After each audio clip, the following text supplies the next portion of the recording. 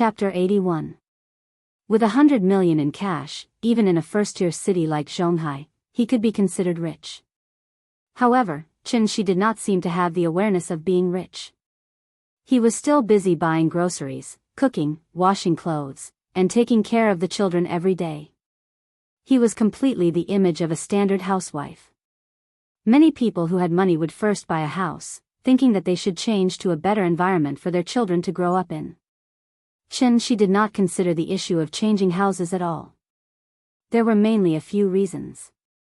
First of all, this was the house that he and Ying had worked hard to buy before he left, so he had deep feelings for this house. If there was a forced demolition, Shi might become the most powerful holdout in history. Second, other than the house being a little shabby, the sanitary environment was a little poor, and the surrounding facilities were a little lacking. What else was wrong with it? Most of the residents in the Kong residence district were not rich, so they might often quarrel over some trivial matters.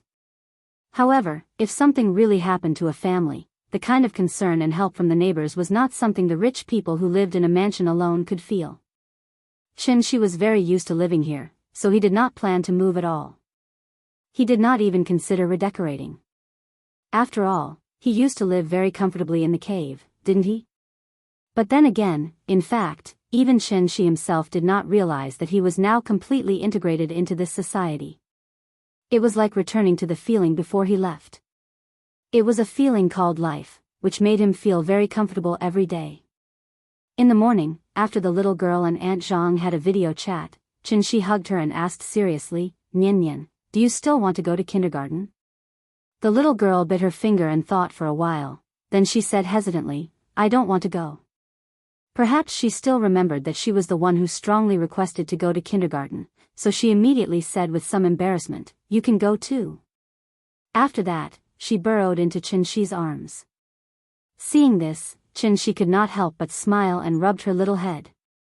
It was already far beyond Shi's expectations that she could endure until now. Children were always curious about things that they had never come into contact with before. It was the same in kindergarten.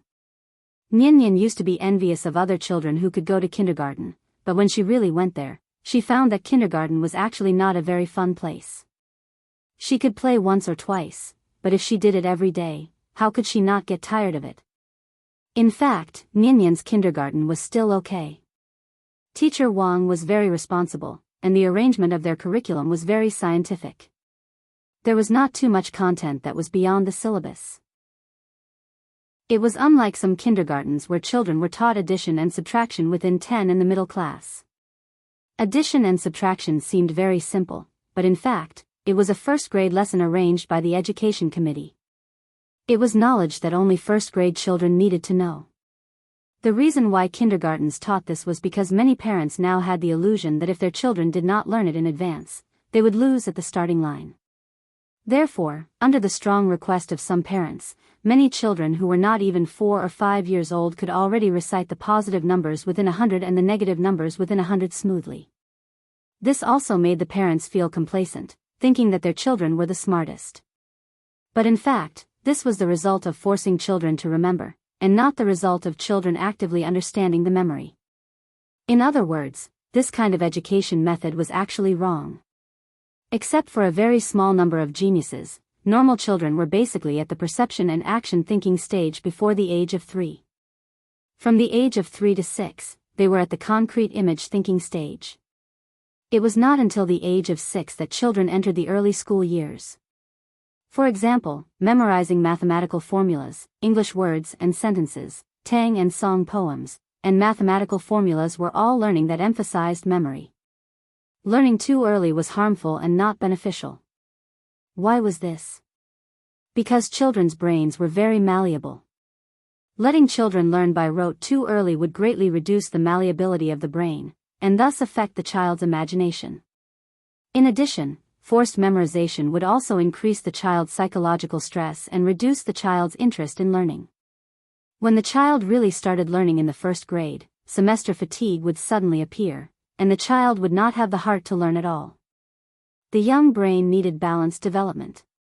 Although the simple memory early development of the child's left brain, it inhibited the development of the right brain, hindering the full development of the brain. She did not understand these things very well. His idea was actually very simple, and that was to create a comfortable and happy childhood for Nyenyen.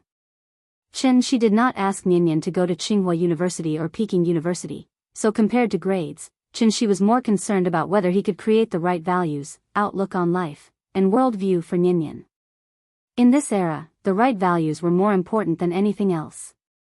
Don't do evil, don't be cheap, don't be a saint, don't be promiscuous, confident but not arrogant, strong but not stubborn, clear distinction between right and wrong, fair and objective when looking at problems, decisive and not sloppy when finding a problem. It took 10 years to build a tree, but 100 years to cultivate people. She had a long way to go. After thinking carefully for a while, she held the little fellow and asked gently, "Since you don't want to go to kindergarten, then don't go, okay?" Hearing this, the little fellow immediately jumped up excitedly, hugging Chi's neck and giggling, "I don't want to go. Papa is so nice. Muah." She was now more and more clingy to Chi, and of course, she did not want to be separated from Chi. After laughing for a while, the little fellow suddenly tilted her head and thought for a while, then pouted and asked, "But, the teacher said that adults have to go to work, and children have to go to school. If I don't go to kindergarten, then what should I do?" She gently pinched her little nose, then said with a smile, "You're still young. You just need to eat more and grow up quickly. Children can do what they like, so I won't force you. Since you like to play so much, I'll take you to Shangjing, okay?" "Where is Shangjing?" "Shangjing is the capital of our country. There are the Forbidden City, Tiananmen Square, and the Great Wall there. Do you want to see it?" Hearing this, the little fellow was immediately interested in Chi. She stood on Chi's legs and jumped up and down. "I want to go. Yes. I want to see the Great Wall."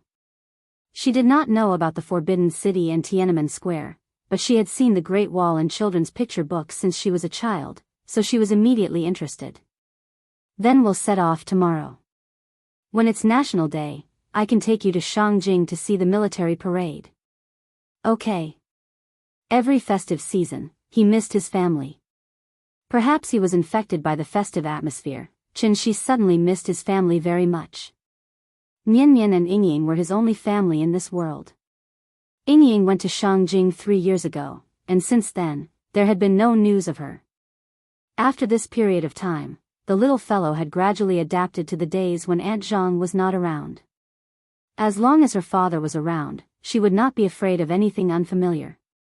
It was precisely because of this that after careful consideration, she finally made the decision. It was time to take the little fellow on a journey to find Ingying. A child could not live without a mother. And he could not live without a wife. Shangjing. We're coming. Thank you, Lulu died July, for your great reward. Thank you, would you use 001, for the 10,000 coin reward. Thank you to, a leaf of red maple from newly transformed Crow Cave, for your great reward.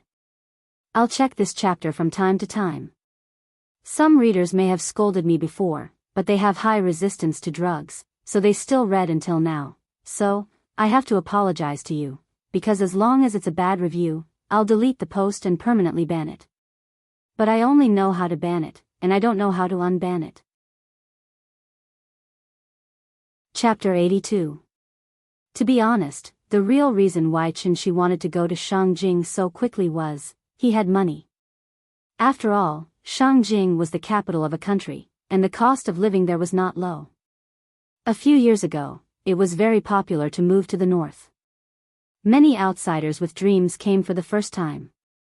At first, they did not even have a stable income and could not afford the rent, so they could only live in extremely bad conditions in the basement. That kind of life was very bitter just thinking about it. Shi was not afraid of hunger or cold. He was completely a humanoid mecha, and the kind that did not consume electricity. If it were not for the little girl, he would have gone straight to Shangjing the moment he received the news about Ingying. It was not easy being a father, and he was afraid that his child would be wronged. So no matter how much he longed for it, he could only take good care of his child first.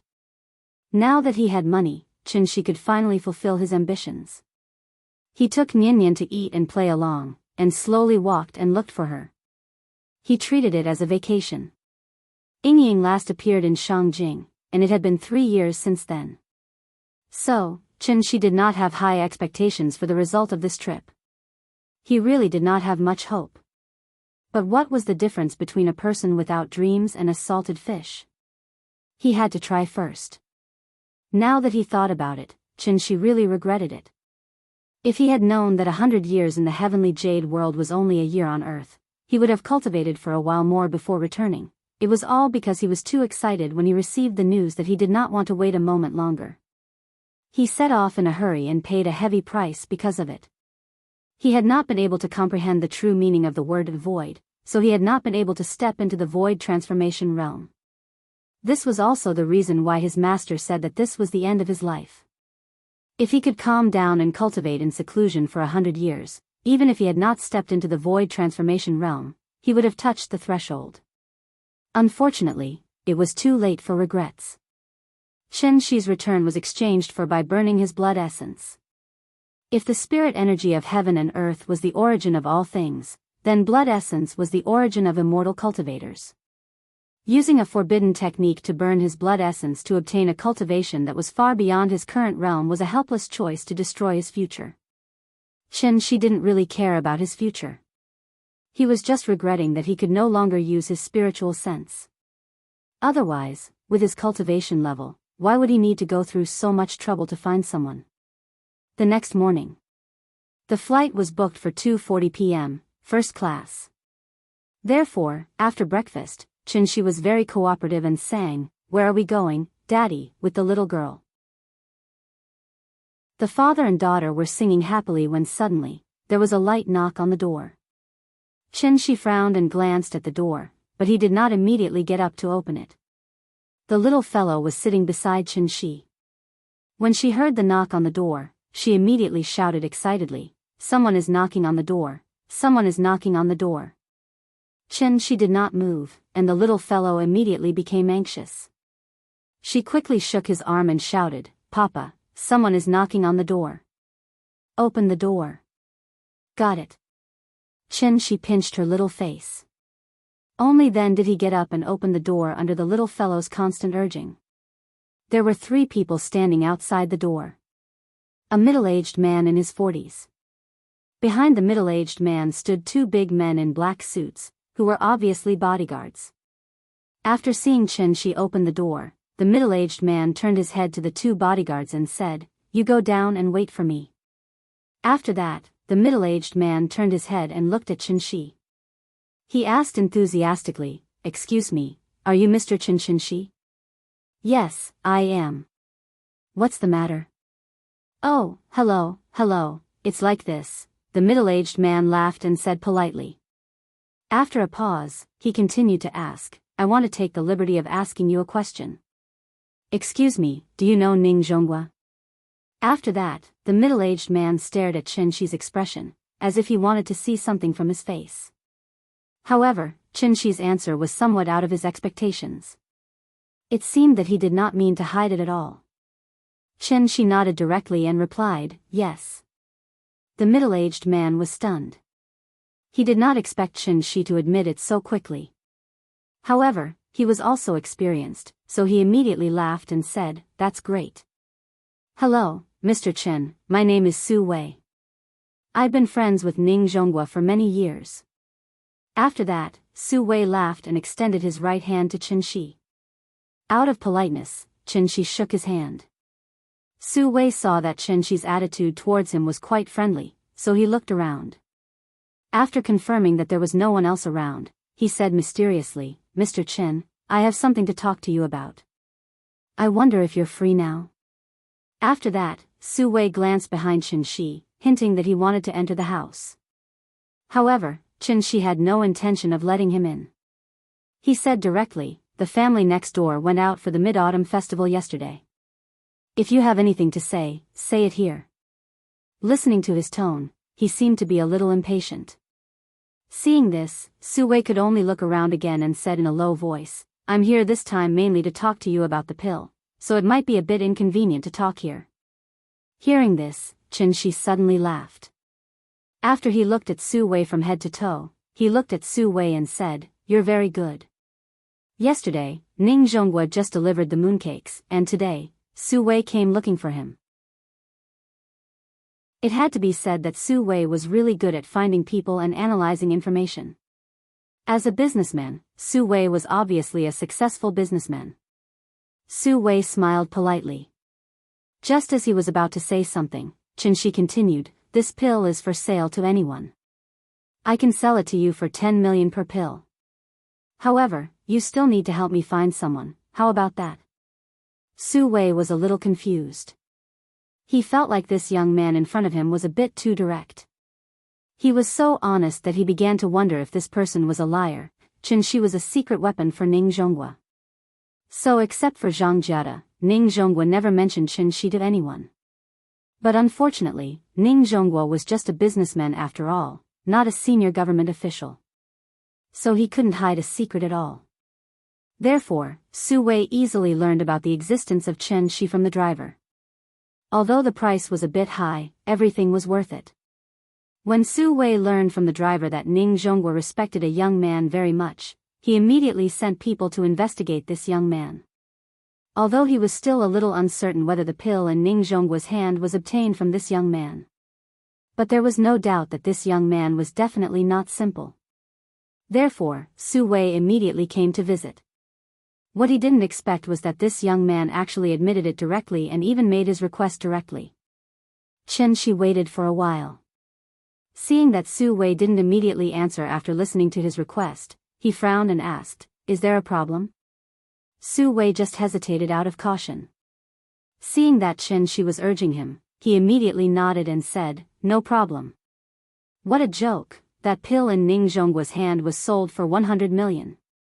But Su Wei also knew that 100 million for one pill was the price Ning Zhonghua got through the auction.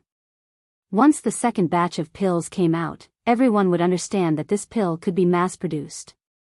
Naturally, it wouldn't be sold at such a high price.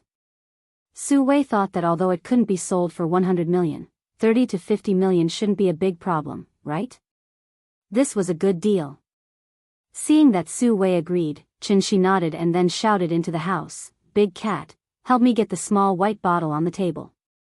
Then, in front of Su Wei's stunned expression, Chen Shi slowly took the small bottle from the big cat's mouth and handed it to Su Wei.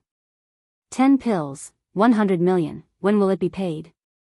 Old Tai, you rewarded me with 100,000 coins for 20 chapters? Rich. Unfortunately, I can't eat it, unless I kill Zhao Yuan's entire family to get enough.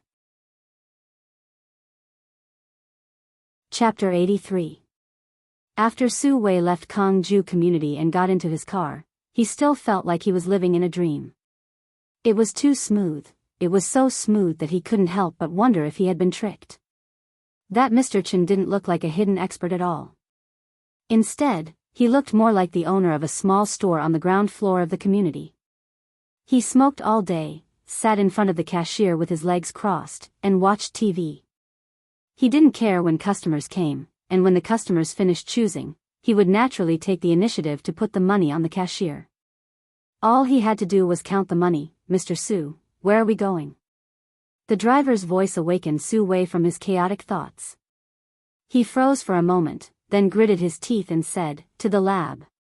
Although it was almost impossible for Ning Zhonghua to predict that he would set a trap for him here, Su Wei was still a little worried, so he was going to let the lab test the ingredients of this pill again to make sure that the 10 pills in his hand were exactly the same as the previous ones. Su Wei didn't dare to let his employees test the pills again. After all, this pill was too expensive. Su Wei didn't know Chen Shi as well as Ning Zhonghua, so it was normal for him to have some doubts. But in fact, in Chen Shi's eyes, this pill was only fit to be a snack for the big cat. The energy pill was mainly used to improve a person's physique and heal chronic diseases in the human body, so the effect was very obvious for the first time. The reason Chen Shi didn't refine a higher-level pill was mainly because the little girl was too young. Chen Shi still wanted her to have a normal childhood. Otherwise, the little girl would become a human-shaped Tyrannosaurus if she ate a higher-level pill. How could she play with other children then? Before he could scare others, the little girl would already think of him as an alien. After lunch, she looked at the time and thought that it was about time to leave, so he put a note on the door. "I'm going somewhere far away." But this time, he didn't write down when he would be home, but left his phone number. After all, he didn't know how long he would stay in Shangjing, so it was safer to leave his number. This trip was still as light and simple as last time. She didn't bring any luggage. He planned to buy new clothes for the little fellow when they arrived in Shangjing. They arrived at the airport. Perhaps the painful experience last time had left a shadow in the big cat's heart, so it was unwilling to get down from the little guy's arms. Seeing this, she could only glare at it fiercely. Shi's eyes were very lethal, so Big Cat immediately cowered. Thus, it had no choice but to obediently jump down from the little fellow's arms and leap out like a black shadow. Even though both Shangjing and Zhonghai were international first-tier cities, there was still a clear difference between them. As the saying goes, Shangjing is noble, Zhonghai is foreign. Zhonghai had only been open for about 160 years, but Shangjing was an ancient city with a history of over 3,000 years. Therefore, Zhonghai was still too young compared to Shangjing. Shangjing was an inland city, and there were many industries, so the smog was very serious. However, Shi chose a good day, because it was almost National Day, so the factories near Shangjing began to arrange to stop work, ready to give the city a chance to breathe. This also allowed the father and daughter, who had just arrived in Shangjing, to see the blue sky and white clouds. The autumn air was refreshing, and the hall was full of ginkgo trees. After getting off the plane, Shi carried the little fellow in a taxi and went straight to the hotel. Shangjing received more than 200 million tourists a year. It was a very developed tourism city, and now it was the Mid-Autumn Festival, so Shi searched for a long time before he found a 5-star hotel with empty rooms near the Summer Palace. The hotel was called Pear Garden, and the architectural style leaned towards the ancient Chinese style. As soon as the father and daughter walked into the hotel, it was as if they had arrived at an ancient palace. There were pavilions, corridors, cornices, and arches everywhere. It really had a special charm. The little fellow had been in Zhonghai for a long time, and suddenly came to a place full of cultural heritage, and was deeply attracted in an instant. The cost of living in Shangjing was much higher than in Immerse, so the same high-end villa suite, the same single-family courtyard, the price of the Pear Garden was as high as 18,000 yuan. There was no hot spring in this courtyard, so the little fellow pouted and was very unhappy. But when she walked into the room and came to the master bedroom, she immediately became excited, and jumped onto the bed, and then happily rolled on the bed. It was a frame bed with a moon cave door, and there were red sandalwood dragons on the 4 pillars. In addition, the size of the bed was obviously much larger than an ordinary bed, so it looked a bit like the bed of an emperor. The little fellow seemed to like this smell, so she was unwilling to get up from the bed. Perhaps the flight was tiring. The little fellow lay down for a while and actually fell asleep just like that. Seeing her comfortable appearance, the big cat also jumped onto the bed, and then curled up next to the little fellow to take a nap. She glanced at the little fellow, and then gently covered the little fellow with the quilt. He silently sat at the end of the bed, quietly looking at the little fellow's sleeping face. After an unknown amount of time, the sun had already set, and the little fellow slowly woke up. She sleepily rubbed her eyes, and then seemed to be frightened by the dim room, and quickly sat up with her hand supporting her. When she saw Shi sitting next to her, she pouted and said, "Papa, I'm hungry." Hearing this, Shi immediately smiled and hugged her in his arms. After washing her in the bathroom, he took the little fellow to the Pear Garden restaurant. Because of the special status of Shangjing, Shangjing cuisine could be said to be a collection of national culinary skills. Not only could they make the incomparably extravagant Manchu Han Imperial Feast, but they could also make delicious and inexpensive folk snacks. Shangjing roast duck was the model of Shangjing cuisine. With its bright red color, tender meat, mellow taste, and fatty but not greasy characteristics, it was known as the world's most delicious dish. The little fellow held a drumstick in each hand, and chewed until her mouth was full of oil. The big cat looked at the little fellow's intoxicated eating manner, and immediately its appetite was aroused. It eagerly squatted on the chair next to him, and its saliva almost flowed out. But she was busy taking care of the little fellow, and did not have time to pay attention to it, so the big cat hesitated for a moment, and under the incomparably surprised gaze of the waiter, it jumped onto the table by itself, and began to gnaw on a chicken wing. This family was really strange, daring to have a pet with a child, and even allowing pets to be at the table. After dinner, it was almost 8:00 in the evening, so she could not take the little fellow to the summer palace. Back in the courtyard, she sat on the rocking chair with the little fellow in his arms. She did not tell the little fellow the purpose of this trip. In fact, he was afraid that after he said it, the little fellow would have expectations. Because of expectations, there would be disappointment. She did not want to disappoint Ninian. He also did not want to disappoint Ying. So, no matter what, he had to find Ying. Even if he had to turn Sijou City upside down. Thank you,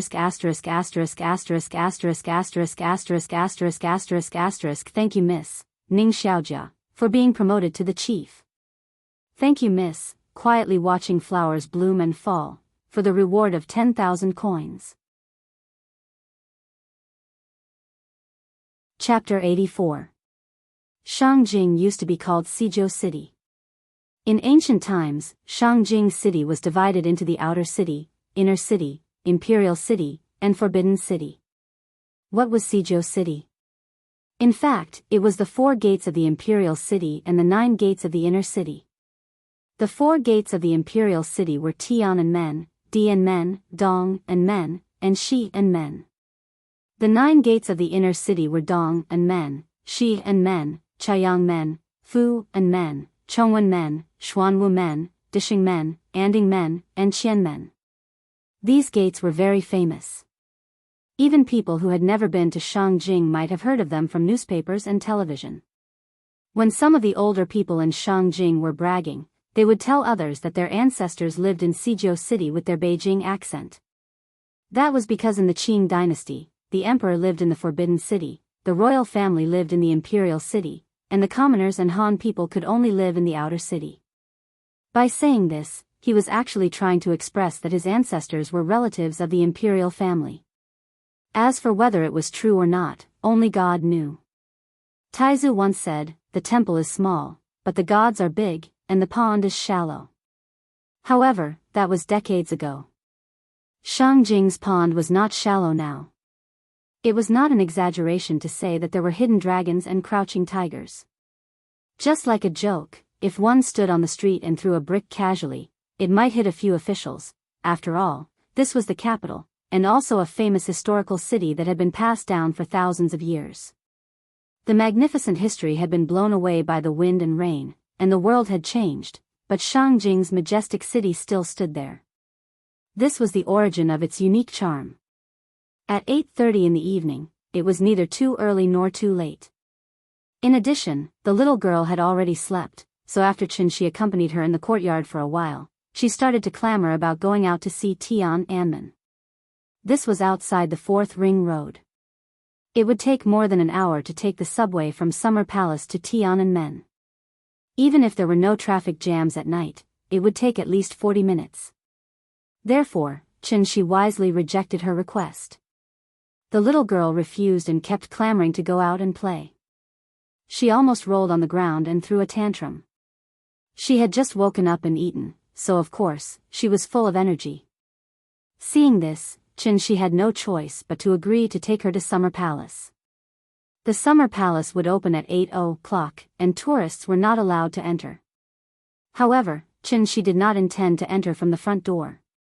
He carried the little girl and walked around the outside of the Summer Palace. Eventually, they arrived at a secluded path. After that, she looked around and confirmed that there were no cameras around.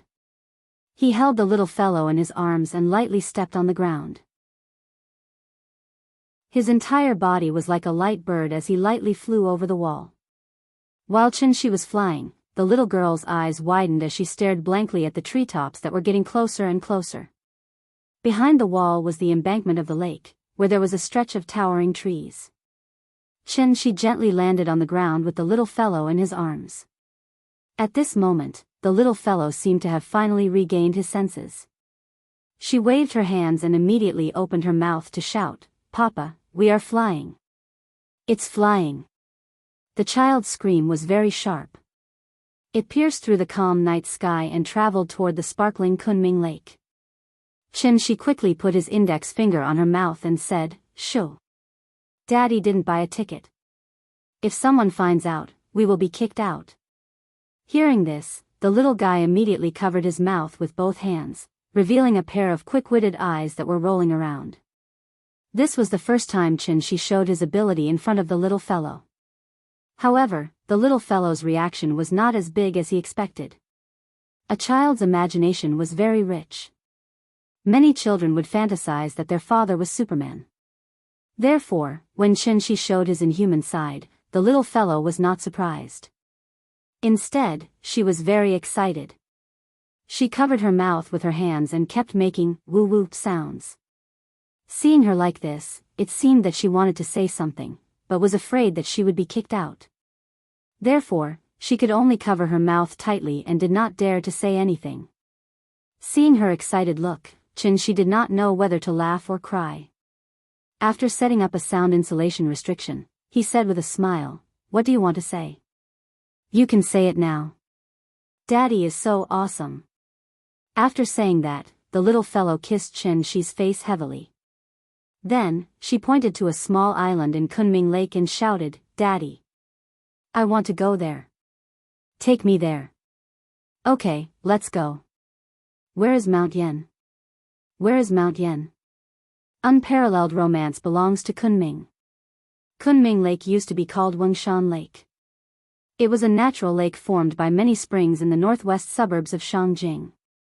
During the reign of Emperor Qianlong ordered the construction of Qingyi Garden next to Wangshan Lake. Then, the lake was developed and formed into the current scale. The name of Kunming Lake was taken from the story of Emperor Wu of Han, who opened the Kunming Lake in Chang, and to practice naval warfare. In 1860, Qingyi Garden was burned down by the British and French army. In 1888, Cixi ordered the reconstruction and renamed Summer Palace. Unfortunately, in 1900, Summer Palace was destroyed by the Eight-Power Army. It was really a fate full of misfortunes. The area of Kunming Lake was about 3/4 of the total area of Summer Palace. Shi had already looked at the map before coming, so he was very clear about where he was now. There were 3 small islands in Summer Palace. She was now near the Mirror Pavilion Island. The place that the little fellow wanted to go to was the Mirror Pavilion. Most of the scenic spots in Summer Palace were concentrated on the Longevity Mountain in the north. Looking from afar, one could see a scene of bright lights. The Mirror Pavilion was originally a watchtower to prevent villagers from entering. However, during the reign of Emperor Guangxu, because there was no money to repair the Mirror Pavilion that was destroyed by the British and French armies' heavy artillery, the remaining materials were dismantled for other purposes. Since then, the Mirror Pavilion had become a deserted island in the water and had never been repaired. The weather in Shangjing was good recently. In addition, it was the Mid-Autumn Festival, so the moon had been rising for several nights in a row. She carried the little fellow to the lake and used his hand to scratch her nose. Then, he smiled and asked, "Daddy will show you a magic trick, okay?" "Okay. I want to see a magic trick." Hearing this, she nodded and prepared to play a magic trick to tease her. But then, she seemed to have thought of something and hurriedly said to the little fellow seriously, "This is a magic trick. If you want to learn, Daddy can teach you in the future. But before you learn it, don't do what I do. It's very dangerous, do you understand?" Hearing this, the little fellow immediately nodded in agreement like a chick pecking at rice. "I know, I won't learn it secretly. I'll only learn if Daddy teaches me." "Good girl." She gently patted the little fellow's head. Then, under the little fellow's slightly dazed gaze, he slowly stepped on the water. People can walk on water? Everything that was happening in front of her was clearly beyond the scope of the little fellow's understanding. So, she immediately opened her mouth and said, "Daddy," but as soon as she shouted, the little fellow reacted. Then, she quickly covered her mouth with her hand and let Chen-Shi take her slowly to the deserted island. It was not until Chen-Shi walked a distance that the little fellow seemed to finally come to her senses. She did not feel afraid. Instead, she curiously rested her chin on Chen-Shi's shoulder and looked at Chen-Shi's heels. She saw that every time Chen-Shi took a step, there would be a circle of faint ripples on the surface of the lake. The night breeze blew by Kunming Lake, and the moonlight shone on the surface of the lake, making it sparkling. Chen-Shi held the little fellow. Chapter 85. The Pavilion of Mirrors was located on the west bank of Kunming Lake, commonly known as Tuancheng. Therefore, this lake on the southwest side of Kunming Lake was also known as Lake Tuancheng. The outer circle of the Pavilion of Mirrors was about 60 meters in diameter. It was a circular water fortress. Unfortunately, it was destroyed during the reign of Cixi. Now, only a desolate island of ruins remained. Lake Tuancheng was the destination of the south to north water transfer project. It was also the main source of drinking water in Shangjing. Because there were too many people who came here to swim, in order to protect the water source, the government could only pay the price of destroying the summer palace and depriving the tourists of the view. They invested tens of millions to increase the height and increase the fence to prevent tourists from entering. Thus, it was difficult to recreate the scenery of Lake Tuancheng. There were no private cruises on Kunming Lake. Therefore, if one wanted to get to the Pavilion of Mirrors, they could either secretly swim over the fence or wait for the lake to freeze in winter and step on the ice to get there. This place had been sealed for a long time. It was indeed a bit desolate. In addition, it was already late. The lush trees on the island blocked most of the moonlight. Therefore, it looked gloomy and was especially scary. Chen-Shi carried the little girl and gently stepped onto the Pavilion of Mirrors. What he saw was a burnt tree. Its mottled shadow echoed with the scarred city wall behind it. Through the gaps between the tree roots, he could see the shadow of the Jade Spring Mountain Pagoda in the distance. This place was too remote and gloomy. Therefore, the little girl immediately became afraid. She could only shrink into Chen-Shi's arms as much as possible. Her small hands hugged Chen-Shi tightly. Her palms were cold. This also made Chen-Shi frown slightly. He originally thought that the Pavilion of Mirrors was a good place. He didn't expect to find that it was just a desolate ruin. It was not good to scare the child.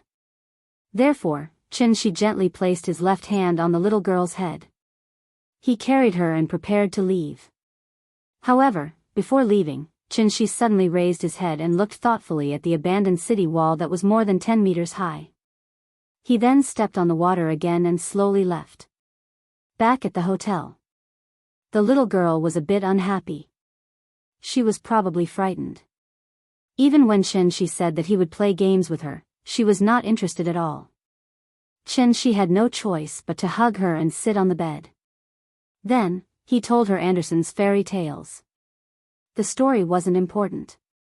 What was important was that her father was by her side.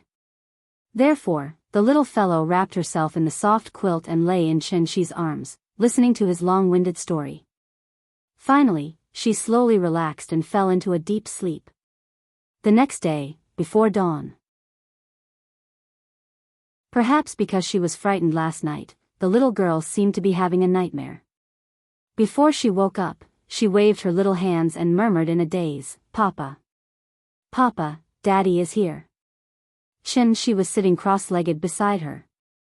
When he heard her cry, he immediately checked on her condition. Then, he placed his hand on the little fellow's forehead and said softly, "Daddy is here. Baby, don't be afraid, don't be afraid." Perhaps Chen-Shi's comfort was effective. The little girl hugged Chen-Shi's wrist, then changed her position and continued to sleep. Chen-Shi's wrist was grabbed by her, so he couldn't move casually. So, he could only maintain this awkward position and quietly look at the little girl's sleeping face. His eyes were very gentle, full of a kind of fatherly love. Zhonghai. Jin City Villa. In Ning Zhonggua's study. Mr. Hu sat on the sofa quietly, waiting for Ning Zhonggua's reply. He had been with Ning Zhonghua since he was 18 years old. Now, it had been more than 20 years. As for him, he had slowly climbed up the ladder to become the vice president of the Zhonghai Ocean Group from his position as a storekeeper. Mr. Hu's education level was not high. After dropping out of junior high school, he came out to work. If it weren't for Ning Zhonggua's promotion, he would not have been able to get to where he was today. Therefore, in Mr. Hu's heart, Ning Zhonghua was his benefactor and also his benefactor who gave him a chance to prove his value in life. After listening to Mr. Hu's report, Ning Zhonghua frowned slightly. After careful consideration, Ning Zhonghua asked, "Are you sure the news is true?" Mr. Hu immediately nodded and said with certainty, "It's absolutely true. Su Wei must have Mr. Chen's elixirs, but I'm not sure how many he has for the time being. How did he find Mr. Chen?"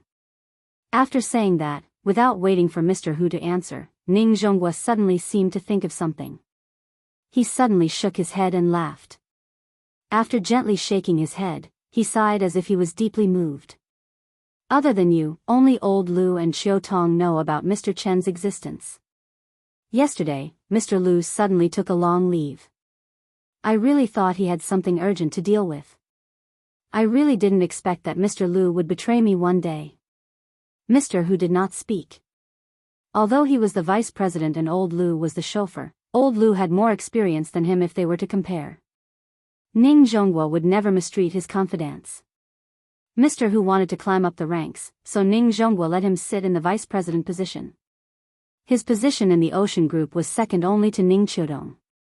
Mr. Lu was not so career-oriented.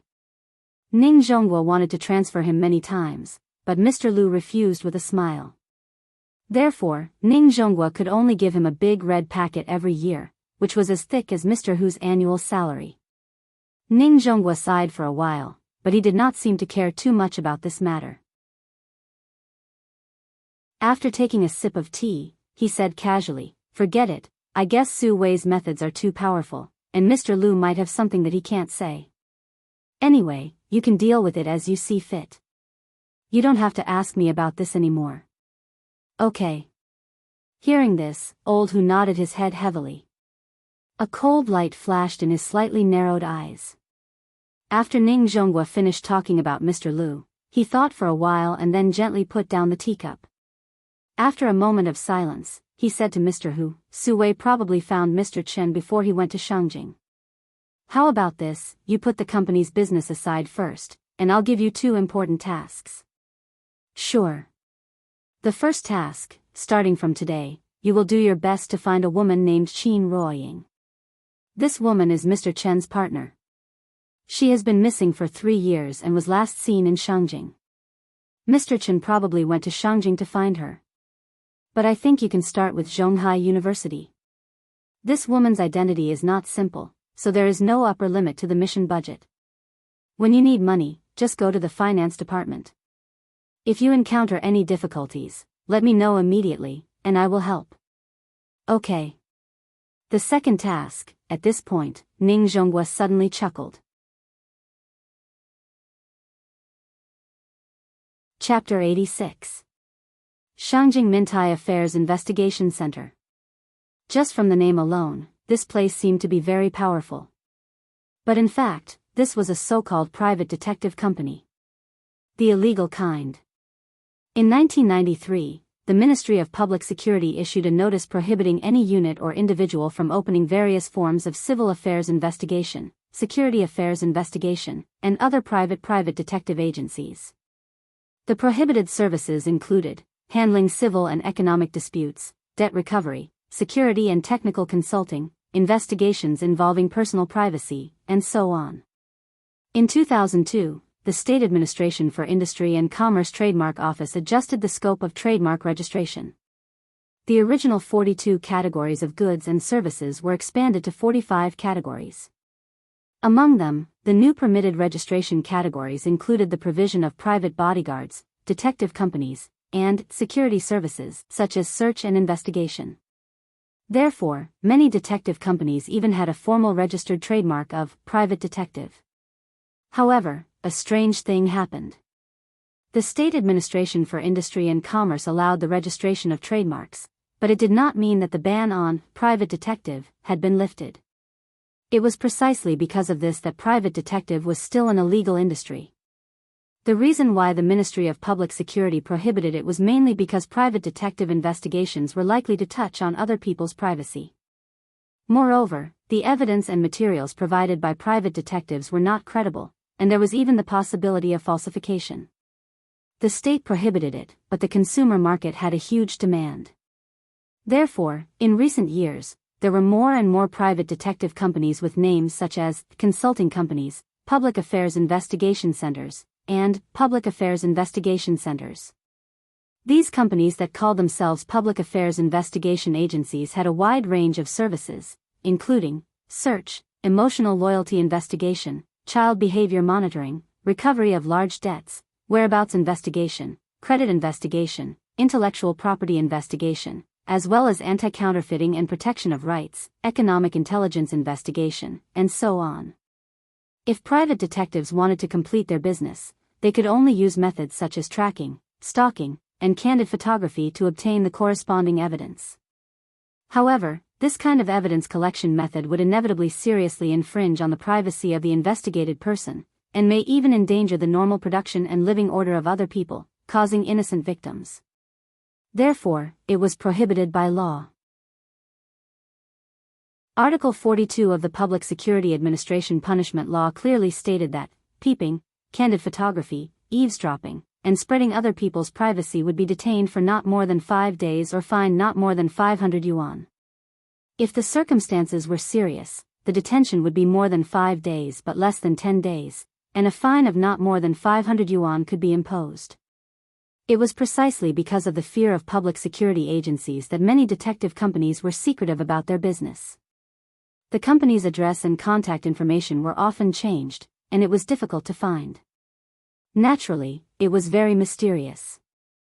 As one of the leading private detectives in Shangjing, Feng Mintai was not as low-key as the average person. He had his professional dignity and was determined to be the spokesperson for the private detective industry.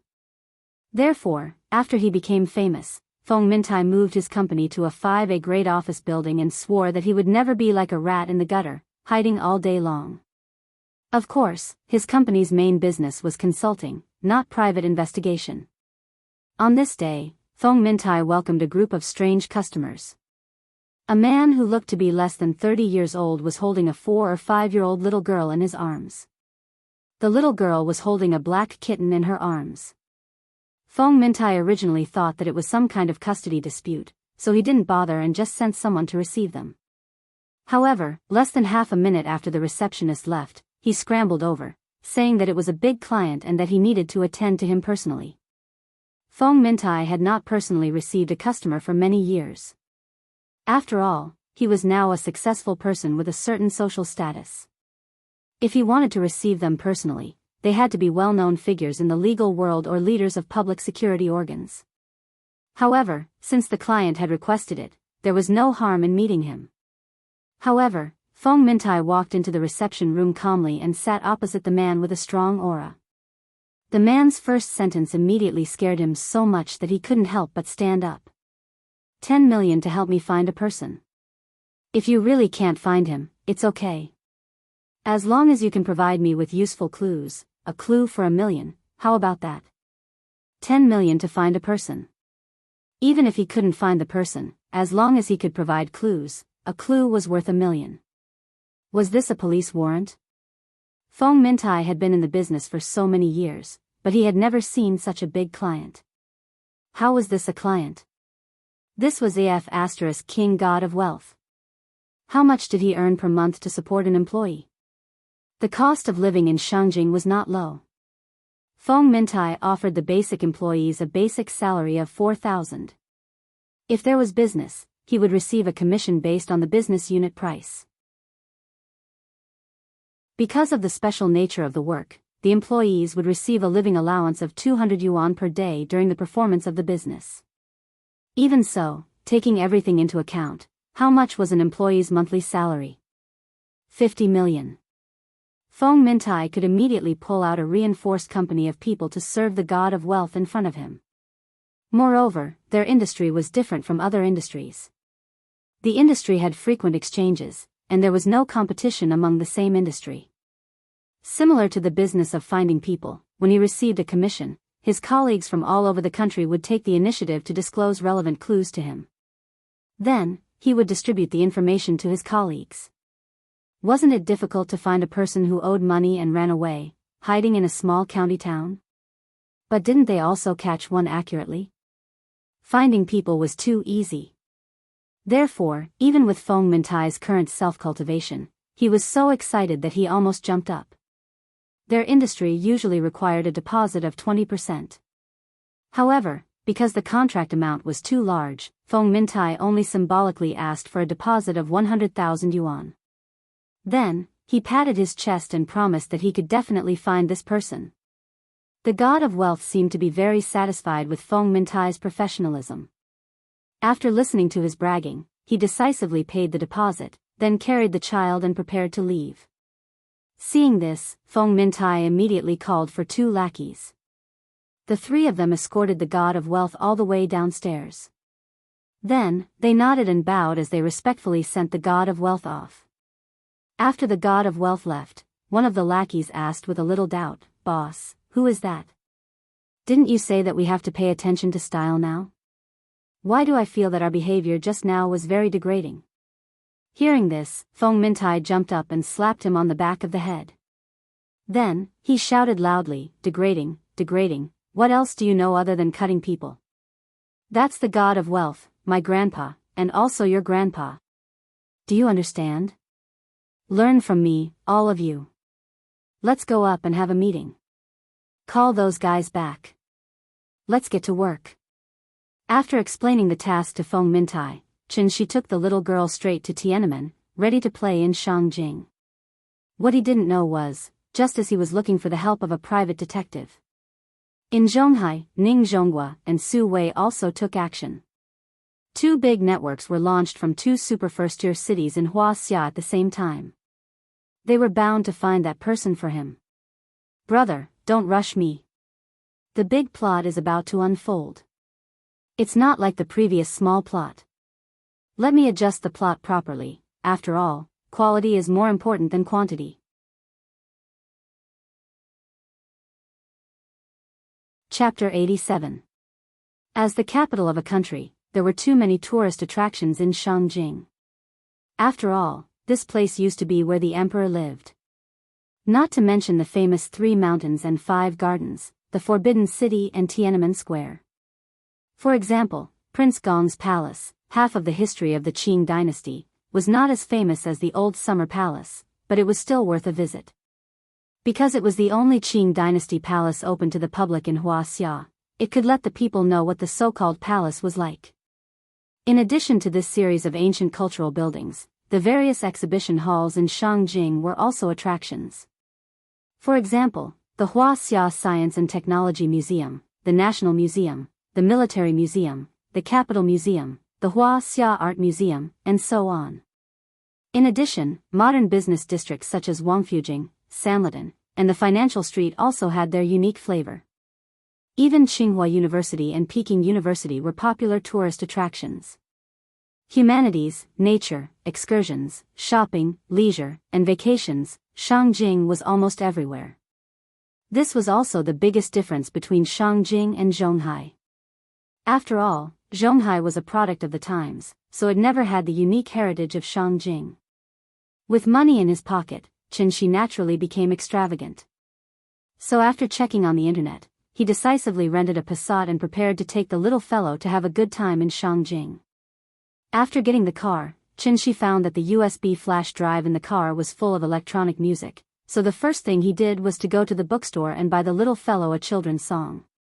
Then, the father and daughter sang while driving to Tiananmen Square.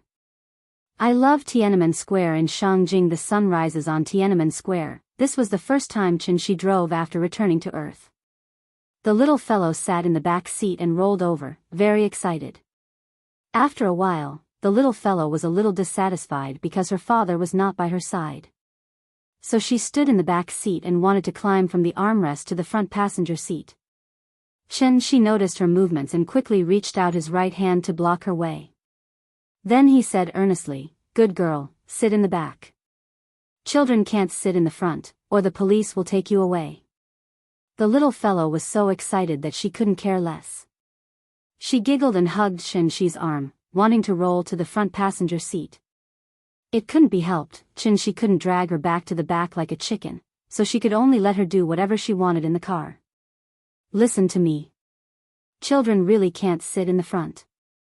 If you are seen by the police, then our car will be towed away by the police, and then Dad will go to jail. If Dad goes to jail, who will take care of you? Hearing this, the little guy, who was originally standing in the passenger seat, immediately withered like an eggplant that had been hit by frost. She looked out of the window and snorted unhappily. Then, she crawled back to the back seat. Good girl. Let's go. Daddy will take you to see Tiananmen. In the small courtyard. The white-clothed woman and the yellow-clothed woman named Xiao Qing were playing chess in the pavilion. On the black and white chessboard, the white-clothed woman held the white chess pieces while the yellow-clothed woman held the black chess pieces. The game was in a stalemate. Under the constant pressure of the white chess pieces, the black chess pieces gradually lost their composure. The territory that they worked so hard to occupy was slowly nibbled away by the white chess pieces. Seeing that she was at a disadvantage, the yellow-clothed woman was still smiling. It was as if she didn't put all her attention on the chessboard. It was the white-clothed woman's turn to make her move. She gently picked up a chess piece with her index and middle finger. Just as she was about to make her move, she suddenly heard the yellow-clothed woman's inging laugh. Sister, he is still looking for you. According to the current progress, I think he will get news about you soon. Hearing this, the white-clothed woman suddenly felt as if she was struck by lightning. In her excitement, she couldn't help but loosen her fingers and the white chess piece in her hand fell on the chessboard. Although she quickly recovered, her forced calm appearance couldn't escape the yellow-clothed woman's eyes. Life was like a game of chess. There was no regret when one made a move. Since she had made her choice, she had to stick to it. The yellow-clothed woman smiled.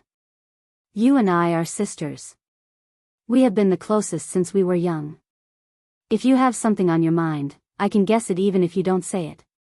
Why hide it from me? As she spoke, the yellow-clothed woman picked up a black chess piece. Then, the black chess piece was placed at the position where the white-clothed woman wanted to place her chess piece. It was because of the placement of this black chess piece that the situation instantly turned around. The black chess piece that was originally in a desperate situation was instantly revived by her. The black chess piece was about to fly away, and the white chess piece was already in a desperate situation. The white-clothed woman stared at the chessboard in a daze. After sighing softly, she shook her head. Then, she took out 2 white chess pieces and placed them at the bottom right corner of the chessboard. She admitted defeat. Seeing that the white-clothed woman admitted defeat, the yellow-clothed woman smiled and was about to say something. However, at this moment, the white-clothed woman spoke first. Hua Qing, you really don't have to compete with me. Because I didn't arrange it, and it's not what I wanted. I know you have resentment, but please don't blame me for it, okay? The white-clothed woman said very pleadingly. The yellow-clothed woman was stunned for a moment, and her expression changed slightly. She thought for a moment, then forced a smile and said, Sister, what are you talking about? Why don't I understand? Hearing this, the white-clothed woman could only sigh deeply. Then, she looked at the yellow-clothed woman and said seriously, Hua Qing, if you really treat me as your sister, then don't compete with me anymore, okay? After all, you're the person closest to me. Why do you always have to compete with me? That's not what I want, it's really not what I want. As she spoke, the woman in white turned her head to look outside the pavilion and muttered to herself towards the sky. The yellow-clothed woman was silent for a long time. A gust of wind blew in the small courtyard, carrying the fallen leaves at the end of September and making a rustling sound on the ground. Suddenly, the yellow-clothed woman chanted softly, 100 gods descend, the heavenly gate opens. After hearing the yellow-clothed woman's chant, the white-clothed woman was stunned. Then, she could no longer suppress the emotions in her heart. 2 streams of hot tears rolled down her cheeks. Yes, once the heavenly gate opens, the mortal world ends. As she cried, she took off the necklace on her neck. After looking at it affectionately, the white-clothed woman handed the necklace to the yellow-clothed woman and pleaded, "Hua Qing, can you do me a favor?" The yellow-clothed woman looked at her with a complicated expression, then shook her head. "No, I can't help you." With that, she flicked her sleeves, stood up, and walked out of the pavilion. The white-clothed woman stared blankly as she flicked her sleeves and left. Her face was full of despair. Creak. After a soft sound, the door opened. The yellow-clothed woman did not leave immediately. She hesitated for a moment, then suddenly turned her head and said to the white-clothed woman in the pavilion, "If you're willing to give me that necklace, I won't mind." Hearing this, the white-clothed woman's tears turned into a smile. That smile was like a flower after the rain. It was so sweet that it could make everything in the world pale in comparison. If Qin Shi was here, he would realize that this necklace was exactly the same as the one he gave to Ying. Tiffany, and series. It was an entry-level design with the meaning of not forgetting one's original intentions. It only cost 1,450 yuan, and the receipt was still in their bedside table. This was also the only necklace that Qin Shi gave her. "Thank you, brother, Katatsumuri, for building 1,000 stories and being promoted to a guardian. Thank you, Mr. Xia Zhongyu, for the 10,000 yuan reward." Chapter 88. Ming Shu Si Tianji recorded, in the 5th month of the 3rd year of Longqing, the sky split in the northwest of Jiangzhou. Song Dynasty, Taiping Imperial Records 874 recorded, Tian sky split into 2 thunder-like sounds. It was when the king of Changsha was ordered by the emperor to reject Wang Ying, and the king of Hejin ordered the chaos. In the 8th month of the 2nd year of Tian, the sky split into 2 without clouds and thunder. Southern History, Liang Benji recorded, in the 1st month of the 2nd year of Liang Taiqing, the sky split in the northwest. It was 10 feet long and 20 feet wide. The light was like lightning, and the sound was like thunder. Tang Dynasty, Astronomical Records recorded, in the 12th month of the 13th year of Baoda, the sky split in the northeast. It was 12 feet long. Qing Dynasty, SX County Annals, Geographical Records, Fortune and Fortune recorded, in the 1st month of the 1st year of Jingda, the sky split in the north. The red light was 20 feet wide and 10 feet long. It disappeared in a flash. Qing Dynasty, Chongqing County Annals, Volume 14 recorded, in the 4th month of the 22nd year of Jiajing, the sky split in the night of the 2nd day. Li County Annals, complete. Fortune and Fortune recorded, on the 10th day of the 4th month of the 35th year of King Qianlong, the sky split in the 9th month. The yellow light shone brightly, and something as big as a bowl fell to the ground. Qing Dynasty, HD County Annals, Fortune and Fortune recorded, in the 6th year of Guangxu, on the 3rd day of the 2nd month, there was no disaster. The sound was like thunder, and the sky split in the southeast corner. The light was like lightning, more than 10 feet long, and it disappeared after a while. These were all records in official documents and official histories.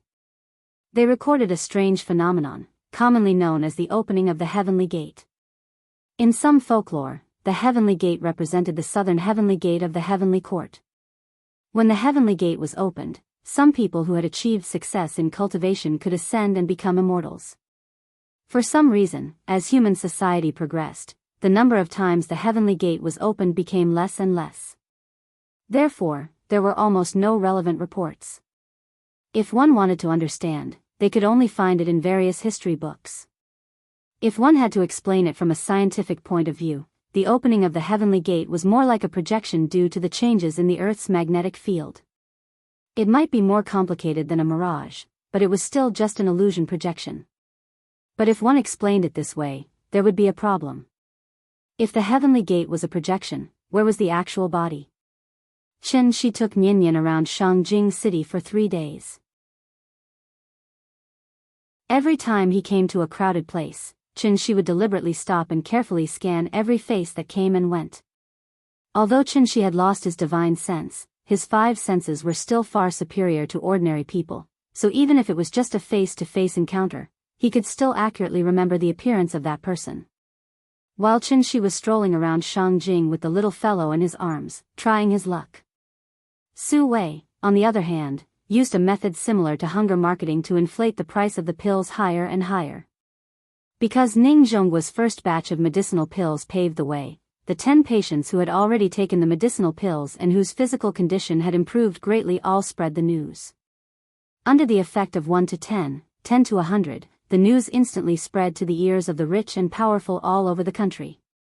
Everyone began to inquire about the origin of this medicinal pill. 50 years of age is not considered a natural lifespan. The living conditions of modern people are getting better and better, and their lifespans are getting longer and longer, so many people are still in good health even if they are 50 years old. However, some middle-aged and elderly people with weaker physiques will gradually suffer from various diseases because of the decline of their immune function. Only people who have been tortured by illness will know how strong it is to be able to live optimistically while being tortured by pain every day. Although Su Wei was a business tycoon, he was not proficient in marketing. Su Wei first looked for Qinshi to buy medicine mainly because he was in the pharmaceutical industry, so he was so sensitive to medicinal pills and went straight to the door. But he didn't expect that after the first 10 medicinal pills of Ning Zhongguo were fermenting and brewing, when the news that he still had 10 pills in his hands spread, the entire Zhonghai went crazy. The more the news spread, the more amazing it became.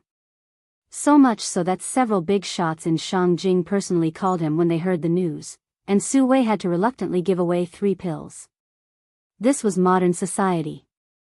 Technological progress has constantly improved efficiency, and the rhythm of life is 10,000 times faster than in the Ming dynasty. How long would it take for a secret that was not a secret to spread throughout the country? Su Wei now had a deep understanding of this. This was King wonderful experience that was both painful and delightful. Qinshi's medicinal pills were not omnipotent, but when one of the patients with terminal cancer took it, this medicine became popular.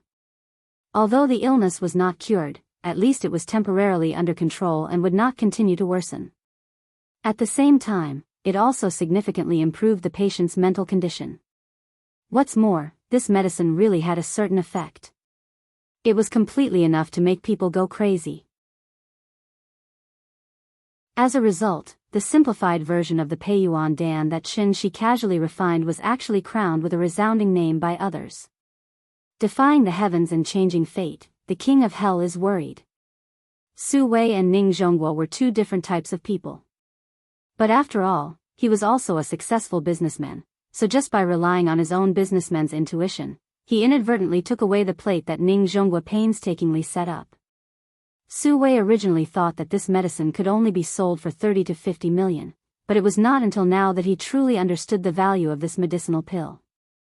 Su Wei didn't know whether Ning Zhongguo was angry or not. But he was angry now. It was 2:00 in the morning, but 2 strangers broke into his house. The appearance of these 2 people could be accurately described with one word: short and vigorous.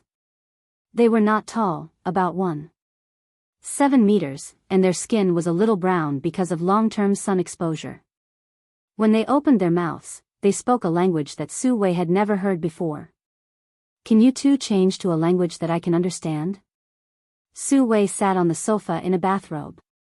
He raised his hands high and spoke carefully while secretly looking at the bodyguard who was lying on the ground at the door. He didn't know whether he was dead or alive. Give us the medicinal pill. Hearing this, one of them spoke awkwardly in Mandarin while strangling Su Wei's neck. He completely put on a posture that said he would kill him if he didn't give it to him. What medicine? Su Wei still wanted to play dumb, but as soon as he finished speaking, he regretted it. Because these 2 people obviously came prepared. When they heard that he was playing dumb, they immediately punched his lower abdomen. Bang! After that punch, Su Wei almost fainted because of the pain. The man pretended to hit him again, and Su Wei repeatedly begged for mercy. Stop. Stop hitting me. I'll tell you the truth. I've already sold all the medicinal pills. As soon as he finished speaking, Su Wei's lower abdomen was heavily punched again. And after this punch, Su Wei immediately spat out a mouthful of blood. Wait, Su Wei was nearly 50 years old. Wine, women, avarice, and temper had already destroyed his body, and he was reluctant to eat the precious medicinal pill, so after taking 2 punches, Su Wei obviously couldn't bear it.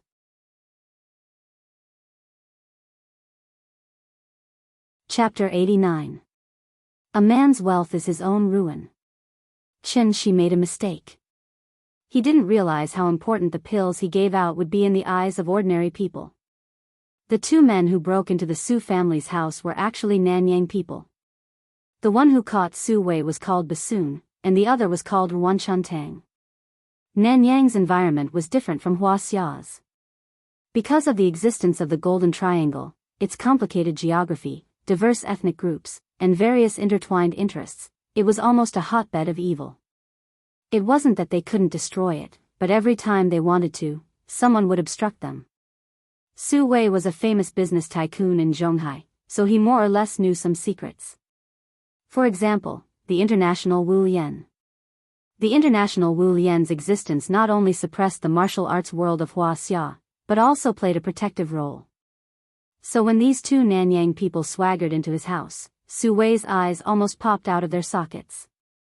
National Day was just a few days away, and the 90th anniversary military parade was about to begin. It was also the time for Huaxia to officially display its national strength. At such a critical moment, people from the Nanyang martial arts world actually broke into his house.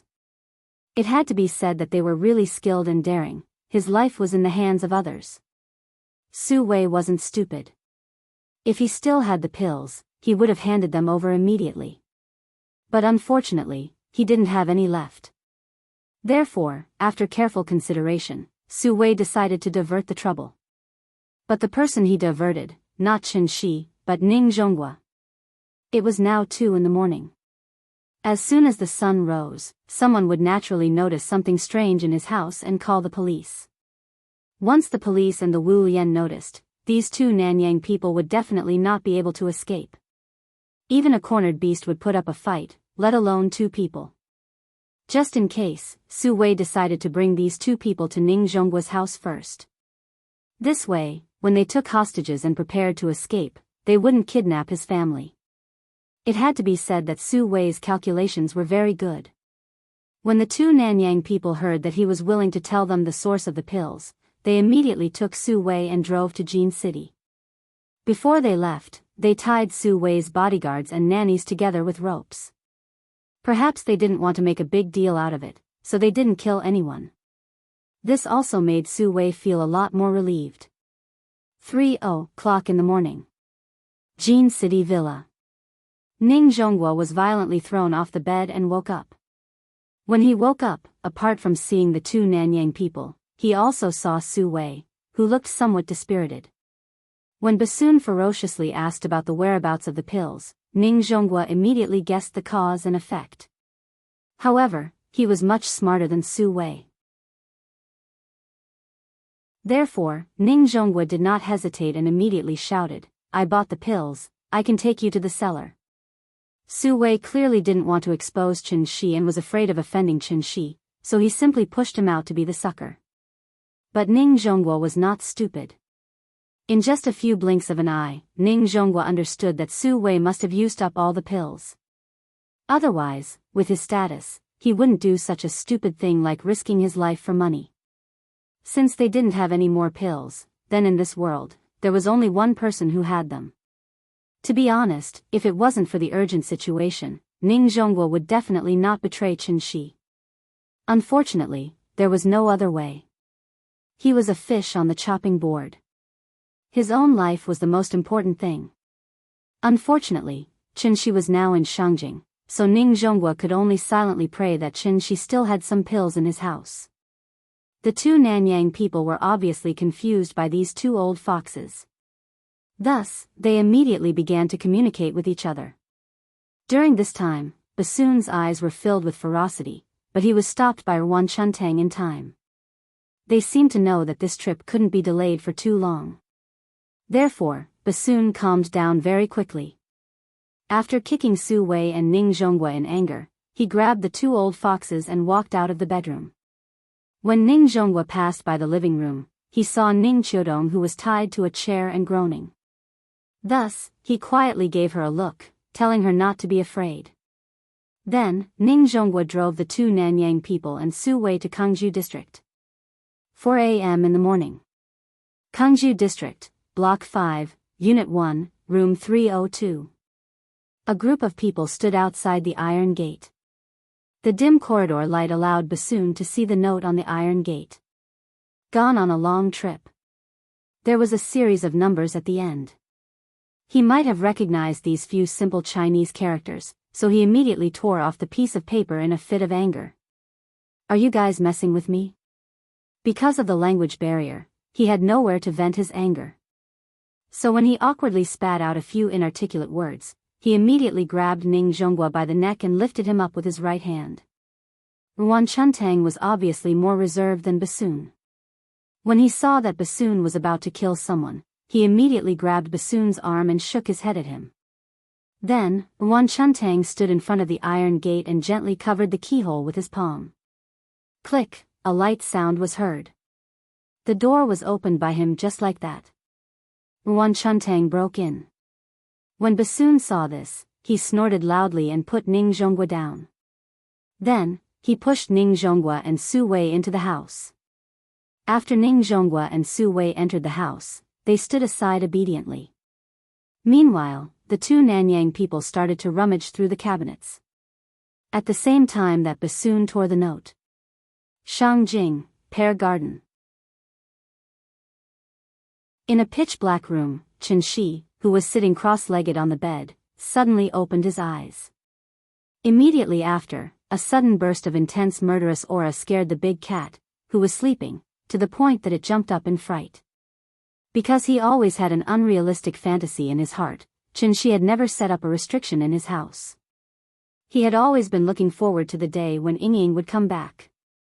However, he didn't expect that it wouldn't be Ying who would come, but a thief. Chen Shi silently sensed the commotion from afar. When Bassoon tore the note from the fridge and the bedside table, he completely exploded.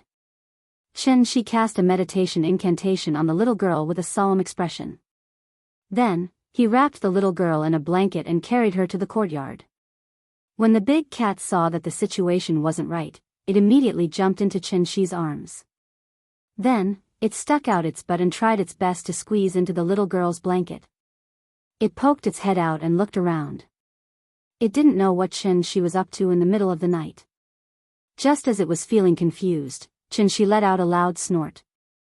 Then, he carried them and soared into the sky. There was no sense of weightlessness or the sound of wind. The big cat peeked its head out and immediately started to meow in shock. The brightly lit city of Shangjing became smaller and smaller. In the blink of an eye, it gradually disappeared from its sight. Chen Shi was really enraged.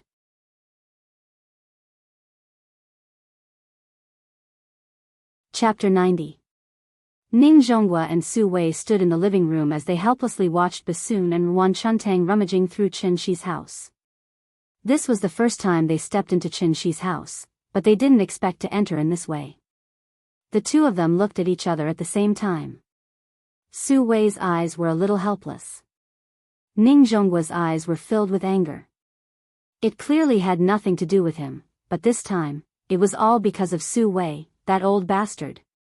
Ning Zhonghua had a rough understanding of Chen Shi's personality. He usually looked like an easygoing person, but this kind of person usually had a fixed bottom line. As long as the bottom line wasn't touched, then everything could be discussed. But once someone touched the bottom line, this kind of person would be even more terrifying than a madman. Especially when this madman had some unimaginable abilities. Chen Shi's house wasn't big and didn't have any valuable furnishings. Some of the furniture in the house were even antiques that had been used for several years. Auntie Zhang's room had already been vacated, so the two Nanyang people focused on the master bedroom. Because it was 4:00 in the morning, they were afraid of waking up the neighbors, so they tried to control their movements to avoid making too much noise. The bed was turned over, no. The closet was turned over, no. The fridge was turned over. No. Thieves weren't as picky as the owner. They opened the drawers and threw things out crazily.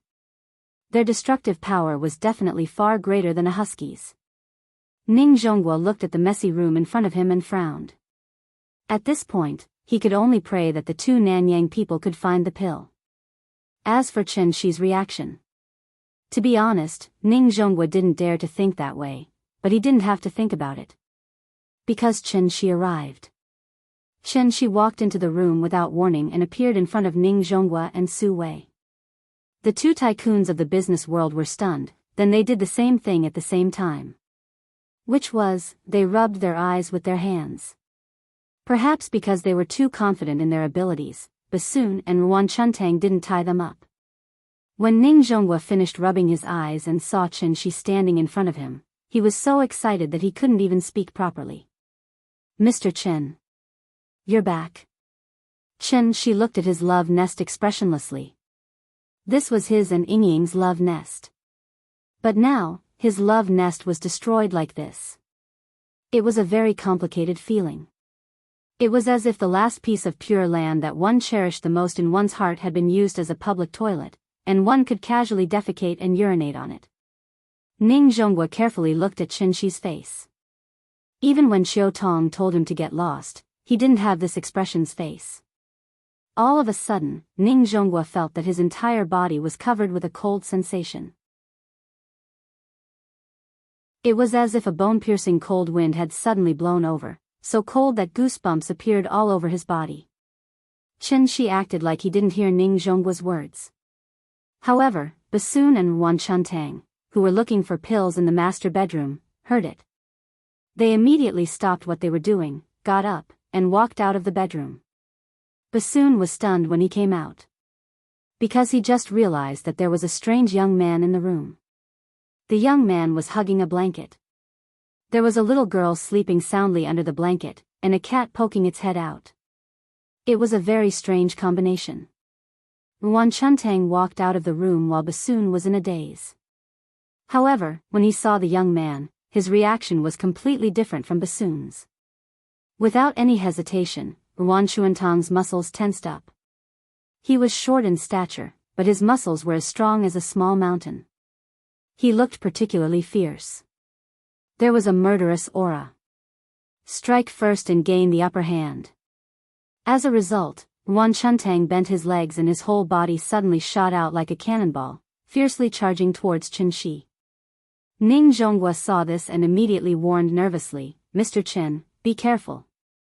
He might be." Unfortunately, Enchanting's movements were faster than Ning Zhonggua's mouth. Before Ning Zhonghua could finish, Enchanting was already in front of Chen Shi. However, what happened next made Ning Zhonggua's jaw drop.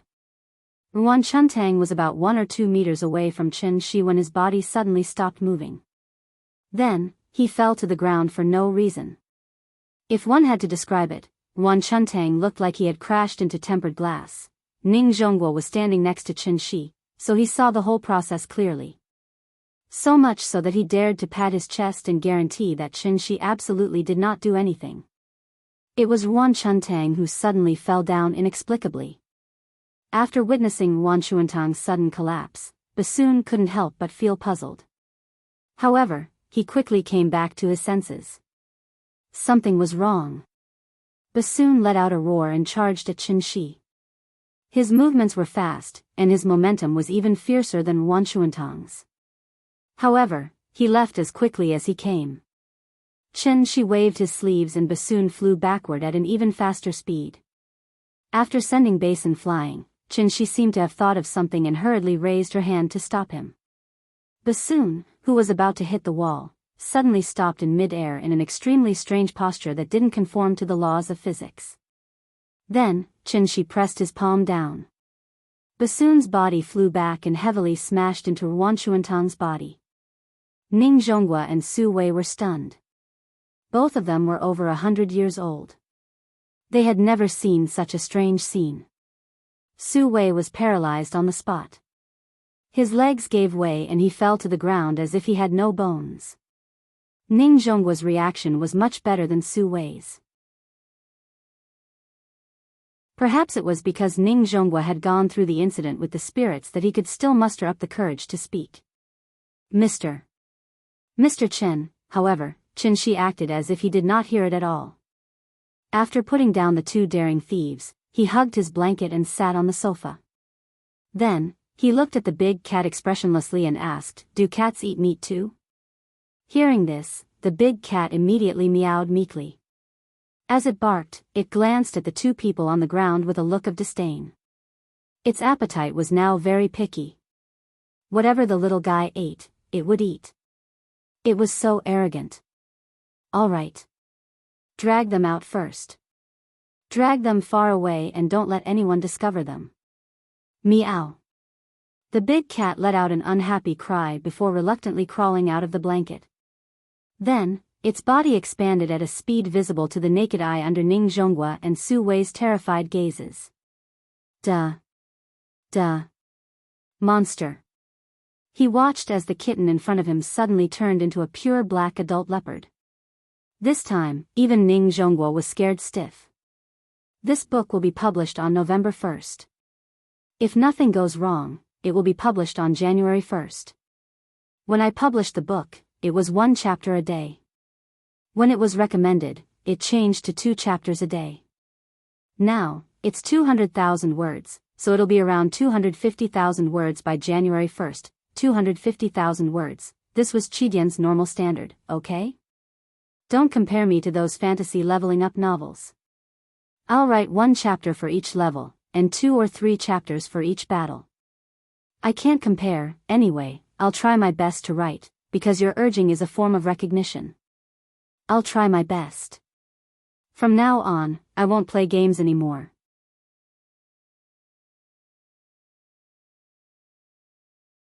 Chapter 91. Demon. When Ning Zhonghua saw the big cat turn from a kitten into an adult leopard, he finally broke down. Chen Shi's living room wasn't very big to begin with, and the two people lying on the ground took up a lot of space. When the big cat turned back to its original form, its huge body would probably touch Ning Zhonghua even if it turned around. In fact, it wasn't that big before, but because it had eaten too many energy cultivation pills recently, and because it had finally mastered the Great Wilderness physical conditioning technique, its body size had increased by 1/3. Ning Zhonghua leaned against the wall, paralyzed. Because he was too scared, all the strength in his legs disappeared. This caused him to slowly slide to the ground, and his mouth unconsciously muttered the word demon. The big cat didn't seem to like being called a demon, so it immediately turned around and slowly moved its head closer to Ning Zhonghua. Perhaps it was because its body had grown larger, its vertical pupils looked particularly terrifying now. A cat's eyes were different from a human's. A small light source could cause their eyes to emit light, so the big cat's eyes constantly reflected a faint green light under the light. However, it was this pair of eyes that the little guy called emeralds that scared Ning Zhonghua so much that he was about to go crazy. Don't come over. He didn't look like a business tycoon anymore. He looked like a drowning person, crazily waving his legs and waving his hands. Even if he had to crawl away from the big cat. The big cat probably wanted to tease him, so it suddenly grinned, revealing its mouth full of sharp teeth. Just as Big Cat was slowly walking towards Ning Zhonghua with a grin on its face, Qin Shi finally spoke. That's enough, Big Cat, don't scare him anymore. What are you doing? Hurry up and do your work, it'll be troublesome if someone sees you in the morning. Hearing this, the big cat shook its head unhappily, then turned around and bit Ong's leg, dragging him outside. Qin Shi's words were like music to Ning Zhonggua's ears, and he immediately came back to his senses. Yes, Mr. Chen was still here. This cat or leopard? Anyway, it was Mr. Chen's pet, so it definitely wouldn't hurt him. After thinking through this point, Ning Zhonghua finally managed to calm down his mind. Then, he sat on the ground a little dejectedly, and looked at Qin Shi with a very complicated gaze. The room was a little quiet, except for the rustling sound of the big cat dragging people away. Qin Shi hugged the blanket, and looked at the little guys with his head, and finally calmed down. He couldn't help but reach out and pinch the little guy's cheeks, then suddenly asked, "Tell me, what happened today?" When Ning Zhonghua heard his question, he immediately got up from the ground, slightly bowed, and answered nervously, "Mr. Chen, it's like this." What he saw and heard today had completely shattered Ning Zhonghua's understanding of Chen Shi. Before, he only thought of Chen Shi as a hidden expert. But now, he completely thought of Chen Shi as a god. Ning Zhonghua knew Chen Shi's character, and knew that he didn't care about these things. However, Ning Zhonghua's words and expression revealed a kind of sincere respect from the bottom of his heart. Su Wei originally thought that Ning Zhonghua would say something bad about him at this time, but he didn't expect Ning Zhonghua to casually avoid it. Instead, he said that the two of them couldn't resist, so they had to bring the two Nanyang people here. Ning Zhonghua was very smart, so he didn't try to avoid it at all. He honestly confessed everything, then stood by the side with his hands by his side, quietly waiting for Chen Shi to deal with him. After listening to Ning Zhonghua's explanation, Chen Shi thought for a while, then frowned and asked, "So, everything that happened today was caused by those pills?" Su Wei wasn't familiar with Chen Shi, so he didn't dare to answer. He could only look at Ning Zhonghua.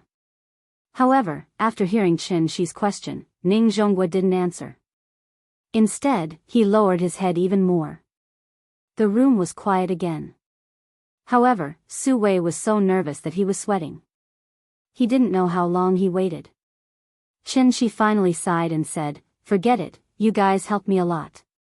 Hearing this, Su Wei was overjoyed. The joy of surviving a calamity caused his body to tremble uncontrollably. However, Ning Zhonghua didn't show any signs of happiness. Because Chen Shi hadn't finished speaking yet. "I won't vent my anger on you guys, but I want to know, how are you going to deal with the aftermath? Here's the main point." Therefore, Ning Zhonghua immediately replied respectfully, "We will immediately release the news and announce to the public that the expert who refined the divine pill has passed away. As for your existence, I can guarantee that no one will know about it in the future." Chen Shi nodded and said impatiently, "That's it then, you can go back." "Thank you, Mr. Chen." The two thanked him and quickly walked out of the room. Just as they walked downstairs, they faintly heard the sound of a cat in the distance.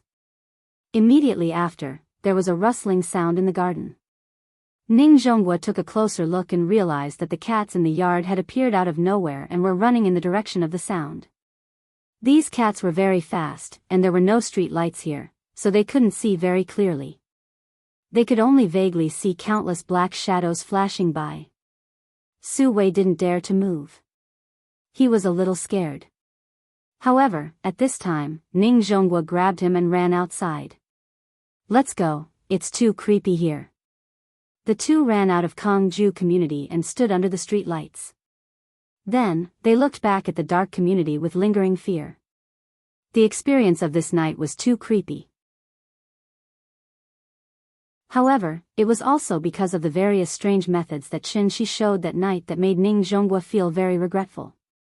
If he had known that Chen Shi had this kind of ability, he would never have brought the two Nanyang people here. Originally, his relationship with Chen Shi was very good. However, because of what happened today, Ning Zhonghua clearly felt that Chen Shi's attitude towards him had changed a little. They were lucky that he didn't kill them. After getting into the car, Ning Zhonghua thought about it carefully, then turned to look at Su Wei and said seriously, "Old Su, I can write off what happened in the past, but from now on, the two of us will have to work together." Su Wei was stunned. However, immediately after, he understood what Ning Zhonghua meant. Therefore, Su Wei gritted his teeth and said seriously to Ning Zhonghua, "Let's write off what happened, I'll work with you." The annoying guys were all gone. Chen Shi gently put the little guy on the sofa, then got up and began to clean up the room. Fortunately, the two Nanyang people were probably worried that they would wake up the neighbors if they made too much noise. Therefore, although the house was a little messy, the things were not damaged.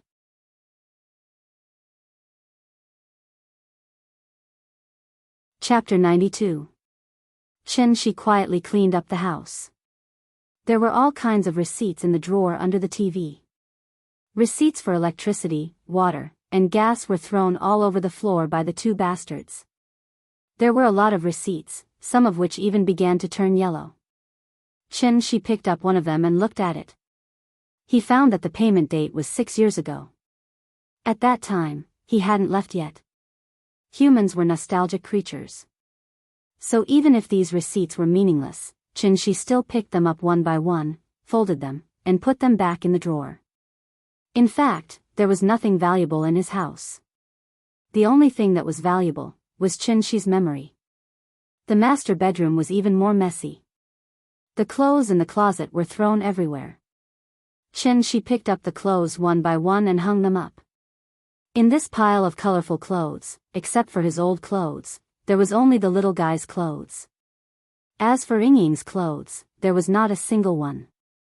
After tidying up the closet, Shi remade the bed on the floor. Then, he moved the bedside table that was moved aside by Basin back to its original position. When Shi was tidying up the bedside table, he suddenly froze. Because he saw the receipt. Tiffany Company, Return to Tiffany series.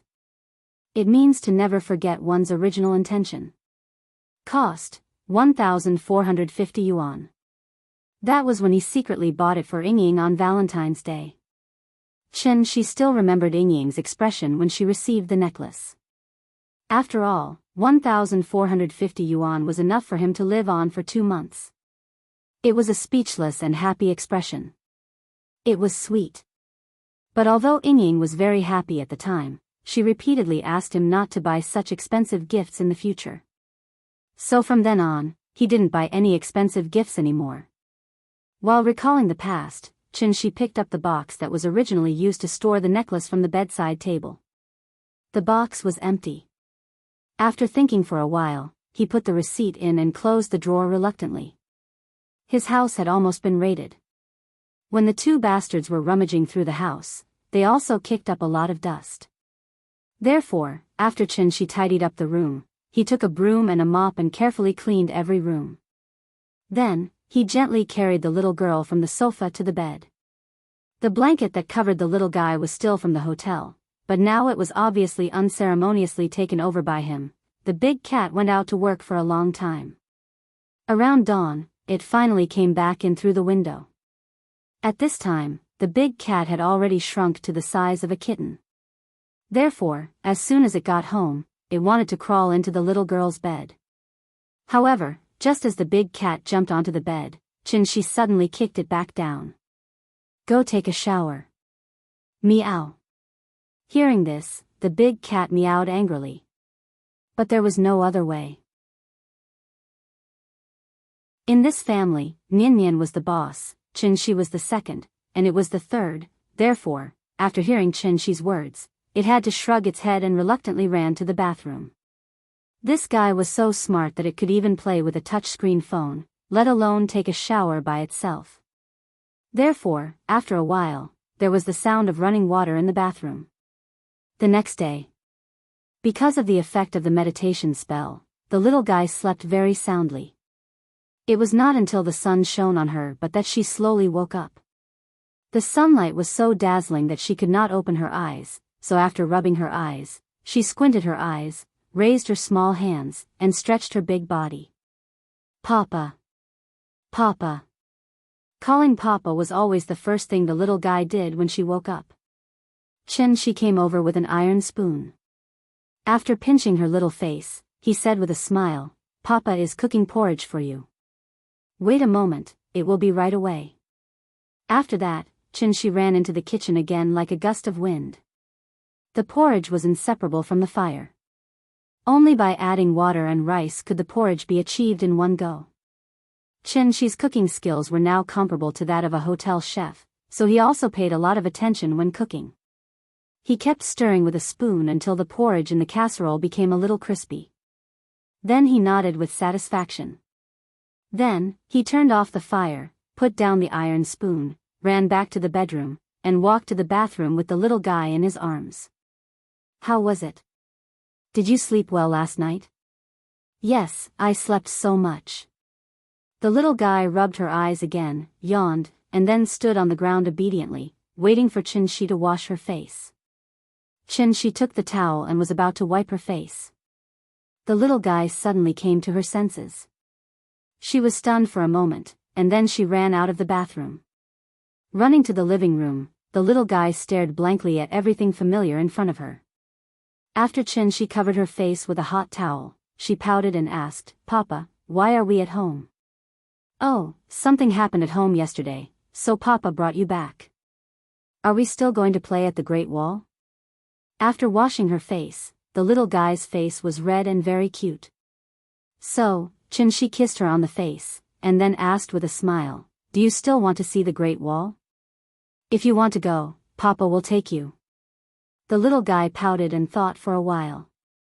Suddenly, she giggled. "I'm not going, I want to watch cartoons."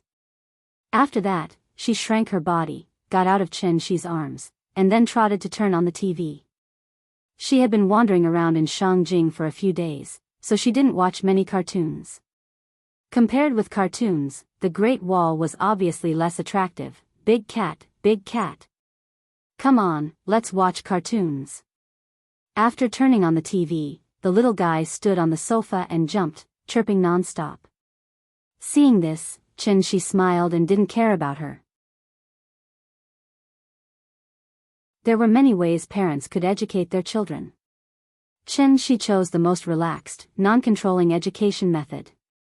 This kind of education method had advantages and disadvantages.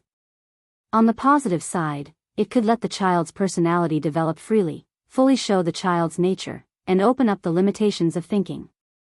On the negative side, it was easy for the child to lose self-control, lack of self-control, and lack of sense of responsibility. There were advantages and disadvantages to each education method, but the one that really played a decisive role was obviously the image that parents imperceptibly established in their children's daily lives. That was also the benchmark for the child's future growth. As the saying goes, dragons give birth to dragons, phoenixes give birth to phoenixes, and mice give birth to sons that know how to dig holes. Learning to guide the right way, not to control too much, was what every parent should do. After serving the little guy breakfast, Chen-Shi cleaned up the kitchen and watched cartoons with her. But after looking at it for a while, his phone suddenly rang. The caller was Feng Mintai. "Hello?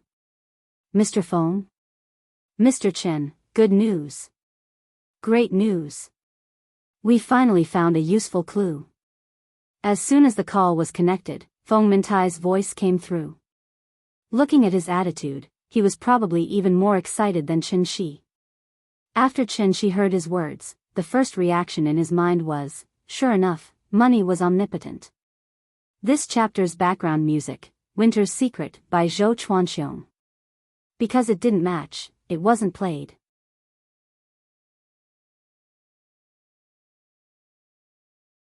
Chapter 93. Feng Mintai's voice was very exaggerated. He seemed to be very excited. However, after thinking about it for a moment, it was actually possible to understand why he was so excited. A clue was worth 1,000,000, but it only took him 3 days to find the first clue. 1,000,000 in 3 days. 330,000 in a day. 14,000 in an hour. Up to 230 yuan in a second. In Feng Mintai's entire life, he had never accepted such a lucrative business deal. This was almost like robbing a bank. However, everything was based on the authenticity of the information. Therefore, when Chen-Shi picked up the phone, he immediately began to talk. "We followed the information you provided and investigated from Zhonghai University all the way to Beijing. After 2 days of searching day and night, we still couldn't find any information about Qin Ruoying." Speaking of this, Feng Mintai deliberately paused and then bragged, "Originally, this project was at a dead end, but at such a critical moment, I had a flash of inspiration and thought of another entry point." Chen-Shi held the phone and waited for a while. Feng Mintai paused again. At this time, Chen-Shi's curiosity was completely aroused by him. Seeing that he wanted to keep him in suspense, he immediately couldn't help but scold him, "Cut the crap, get to the point." Yes, boss, you're right," Feng Mintai laughed a few times. After a light cough, he looked at the information in his hand and continued, "Since we can't find Qin Ruoying, why should we focus on her? Therefore, I changed my train of thought and shifted my focus away from Qin Ruoying and placed it on someone else. At this point, Qin Shi seemed to have figured out what he found. Therefore, he couldn't wait to ask, "Did you find Aunt Zhang's information?" "Yes, Aunt Zhang is actually the most critical breakthrough of this project. According to the information you provided, we took her photo and searched all the way. Finally, I found a clue that had been dusty for a long time in the database of an employment agency." Hey, where did the information go?" "Wait a minute, I'll find it for you." Speaking of this, Feng Mintai's occupational disease acted up again. He pretended to dawdle for a long time and deliberately made a rummaging sound. He was unwilling to take out the document, which made Qin Shi's heart itch. "Hey, where did you go?" "I remember I put it here." Feng Mintai continued to mutter on the other end of the phone. Qin Shi waited for a while before he suddenly reacted. This guy was playing the fool and asking for money. Hence, Qin Shi immediately frowned and scolded angrily, "Hurry up and tell me. I'll give you 1 million for each clue, and I won't give you a single cent." "Ah, I found it. So it's here." "Thank you, boss." Feng Mintai smiled proudly. Seeing that Qin Shi was about to fly into a rage, he quickly reported, Aunt Zhang's original name was Zhang Chuanju. She's 56 years old now. 20 years ago, she worked at Shangjing's Rainbow Employment Agency. Because the employer was unwilling to sign a contract with the agency only took the intermediary fee and didn't sign the contract on her behalf. Her labor contract was signed directly with the employer, and it was a 10-year contract. The copy of the contract is with me now. Hearing this, Qin Shi couldn't help but feel a little emotional. He had been hiding under the light all this time. Yingying's information wasn't easy to find, but Aunt Zhang's information was easy to find. Because she had promised Yingying, Aunt Zhang had been unwilling to tell him anything about Yingying's family. Qin Shi respected her a lot. Seeing that she was unwilling to talk about it, Qin Shi didn't continue to ask, let alone force her to talk.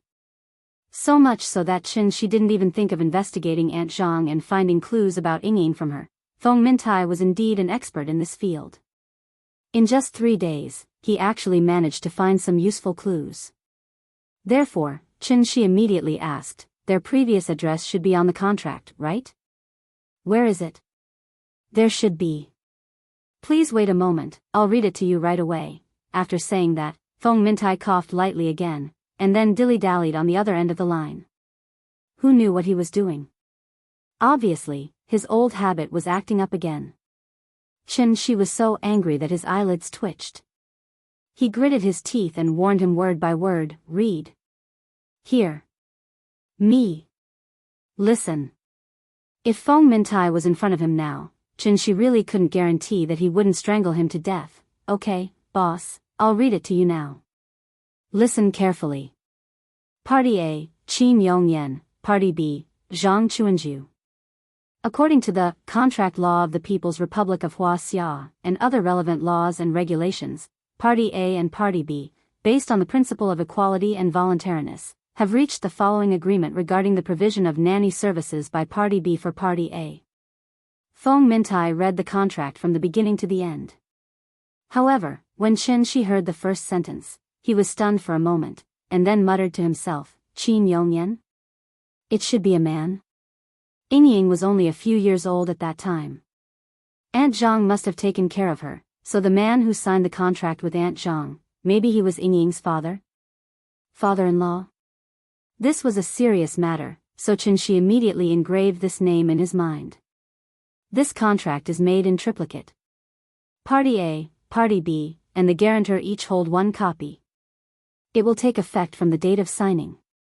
Party A's signature, Qin Yongyan. Party B's signature, Zhang Chuanju. Boss, I've finished reading. Hey, there's no address on this contract. Feng Mintai didn't pretend to be crazy this time. When he found that there was no address on the contract, he immediately became nervous. The reason why he dilly-dallied just now was that he was afraid that Qin Shi would think that this matter was too easy and wouldn't be willing to pay a sky-high price of 1 million for a clue. Feng Mintai could become the largest private detective studio in Shangjing. At the very least, he still had professional ethics. So when he found that there was no address on the contract, he immediately panicked. Are you kidding me? How can there be a clue without an address? This was 20 years ago. Even if he found the person in charge of the employment agency, he probably couldn't remember the address at that time. After all this time, it was a waste of effort. She was completely enraged by him. When he was about to lose his temper, Feng Mintai's joyful voice came from the other end of the phone again. Boss. I found it. There's an address. It's in the additional terms. Read it for me. Dongming Alley, Shihai Sihiyuan. F*CK, this place is full of Sihiyuan. Any one of them would cost 100 million. You send someone to confirm the address now. I'll be there soon. Speaking of this, Qin suddenly thought of something. After looking down at the little fellow in his arms, he quickly changed his mind and said, No, I'm in Zhonghai now. I'll buy the next flight. Wait for me there. Okay, boss, I'll arrange for someone to go there first. After hanging up the phone, before Qin could speak, the little fellow had already pouted and asked, Papa, where are we going? Are we going to take a plane again? I don't want to take a plane. I want to watch cartoons. In her mind, wherever Qin wanted to go, she would naturally follow. But now that she had only watched half of the cartoons, of course, she didn't want to go anywhere. Qin pinched her little face and said with a smile, Daddy will take you to Mommy's hometown, okay? Mommy's hometown? The little fellow looked at Qin with her big eyes, as if she didn't understand what he meant. After being stunned for a moment, she suddenly jumped up excitedly and shouted excitedly, Okay. Papa, take me there. Take me there. I want to see Mommy. Every day, they say that I'm missing chapters. Every chapter, they say that I'm missing chapters. Does it mean that the plot is very tight? I didn't make any mistakes. Right. Right.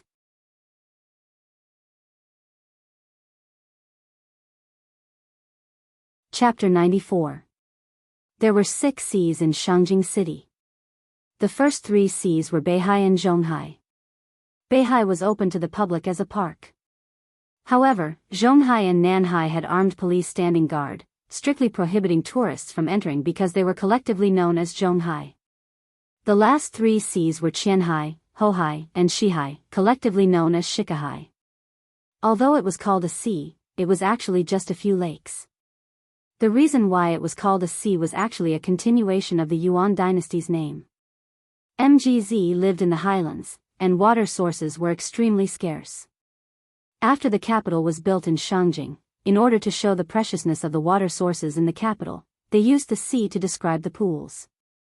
To put it bluntly, they had never seen a real sea. The Shihai at the top of Shikahai was also called the Jishui Pool. There was a saying that there would be no Yuandu without the Jishui Pool. Without the Yuandu, there would be no Shangjing city structure today. The Jishui Pool was the end of the Jinghang Grand Canal. It was once the main port of Shangjing city's transportation, and it was also the Royal Elephant Pool. Since the Yuan dynasty, elephants from Siam and Myanmar were used as transportation tools and palace guards of honor. On the days of summer, trainers would lead elephants to the Jishui Pool to bathe, so it was also called the Elephant Pool. Today, Shangjing had become a first-tier city in the world. However, the original folk culture was still preserved here. The traditional folk architecture with the characteristics of the old city was in sharp contrast to the high-rise buildings outside the Third Ring Road. Dongming Alley was located next to the Shihai. Opening the door, one could see the Shikahai not far away. In summer, the waves were as flat as a mirror, the weeping willows were swaying, and the lotus flowers were in full bloom. In winter, the Shikahai would become a natural skating rink. The scenery was beautiful and the scenery was beautiful. If one had to describe it more intuitively, one could only mention the housing price. The housing price here, 250,000 yuan per square meter. She walked into Dongming Alley with the little fellow in his arms. Although the little fellow had played in Shangjing for a few days, Qinshi had taken her to some major scenic spots. When had she ever been to such an old street with a very folk flavor? So when she saw the rows of high walls and courtyards, she immediately felt very novel and chattered non-stop. Feng Mintai walked in front to lead the way. The alley was not deep. After walking for a few hundred meters, he stopped and pointed at the big house next to him. With a flattering smile on his face, he said, "Boss, this is the one. Wide and bright door, it's a big house." The so-called Sihiyuan was a courtyard with a house in each direction, surrounding the courtyard in the middle. Because there was only one door in the courtyard, the style of the door was very particular, so one could tell the identity of the family just by looking at the door.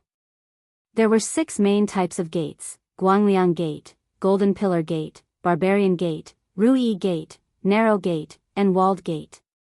Guangliang Gate, also known as Guangliang Gate, was a gate used by officials of a certain rank. The size of the Guangliang Gate was larger than the houses of ordinary families. Therefore, it was very prominent among the houses along the street. Qinshi hesitated in front of the gate. However, when he carefully observed his surroundings, he was shocked. His heart slowly sank. The lock on the knocker showed that no one was at home, otherwise such a door would have been locked from the inside with a wooden bolt. Most importantly, he didn't hear any movement in the courtyard at all. Phew, Qinshi let out a long breath of turbid air, and then carried the little fellow directly to the gate. Although he knew that there was no one in the house, he still gently held the door knocker and knocked. Bang, bang, bang, with every knock, Qinshi's heart would beat with it. However, after knocking for a while, there was still no movement behind the door.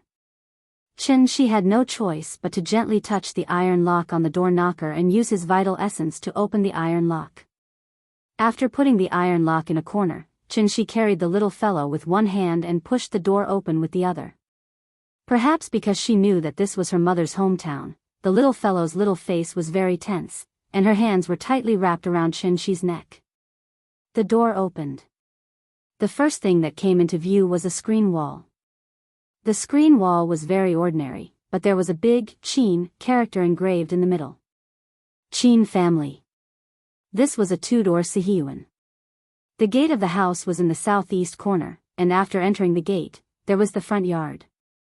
There was a gate in the middle of the front yard, also known as the Chuehua Gate. The Chuehua Gate was the boundary between the front yard and the inner yard. The front yard was used to receive guests, and outsiders were generally not allowed to enter the inner yard at will. As the saying went, if you don't go out of the main gate, you won't go out of the second gate. The second gate here referred to the Chuehua Gate. Since he had already broken in, Qinshi naturally wouldn't be polite, so he carried the child and walked to the inner yard. After passing through the Chuehua Gate, Qinshi saw 2 locust trees planted on the left and right sides of the inner yard. It was autumn in October, and the 2 locust trees were luxuriant with branches and leaves, opening a good place for the owner to enjoy the cool in the yard. The sun was very warm after 5:00 in the afternoon, and the yard was full of golden light, which made people feel comfortable. The yard was very clean, and there were not many fallen leaves on the ground. It didn't look like it had been empty for a long time. Qinshi carried the little fellow through the yard and stood directly outside the door of the main room. This was not a bedroom, but the main hall of the Sihiyuan, which was equivalent to the current living room. Qinshi gently pushed the door and entered. The first thing he saw was a large red sandalwood table with carved dragons, and 2 rows of chairs were placed in front of the table. There were a total of 8 chairs, 4 on each side. There was a couplet hanging above the table. It was not appropriate to call it a couplet, because what was written on it was clearly a poem: the heavenly gate is broken, and the Chu River opens, and the blue water flows to the east. It was from Li Bai's Looking at the Heavenly Gate Mountain. Qinshi carefully patrolled around the room, and Feng Mintai also jumped in. Like a bootlicker with a mustache, he followed behind Qinshi and looked around. "Boss, who are you looking for? The furnishings in this house look extraordinary. It must have been a rich family in the past." Qinshi didn't pay attention to him. Instead, she carefully patrolled around the room. When he walked to the large red sandalwood table, Chin-shi suddenly froze. There was a necklace on the table. It was the one he gave to Ying. Chin-shi held the little fellow in his right hand, and gently picked up the necklace from the table with his left hand. He carefully rubbed the pendant of the necklace. At this time, the little fellow suddenly reached out and grabbed the other end of the necklace, and then looked up and asked, "Papa, what is this?" "This is Mom's necklace. I gave it to her." Hearing this, the little fellow pouted and thought for a moment. Then, she pulled the necklace from Chin-shi's hand and hid it in her arms like a treasure. "Mama's is mine. I want this." "Well, it's yours from now on. Come on, Dad will put it on for you." Chin-shi gently put the little fellow on the ground, and then took the necklace from her hand. The little fellow looked up happy as when the kindergarten teacher put the little red flower on her. Chin-shi squatted on the ground, ready to put the necklace on her. At this time, the little fellow saw the strange look on Chin-shi's face.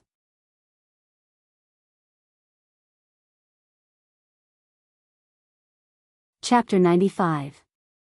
In the main hall. The father and daughter looked at each other in front of the large red sandalwood table. Chin-shi squatted down and was about to put the necklace on her, but the little fellow looked at Chin-shi blankly. Suddenly, with a frightened expression, she said timidly, "Papa, don't cry. I don't want it. I don't want the necklace."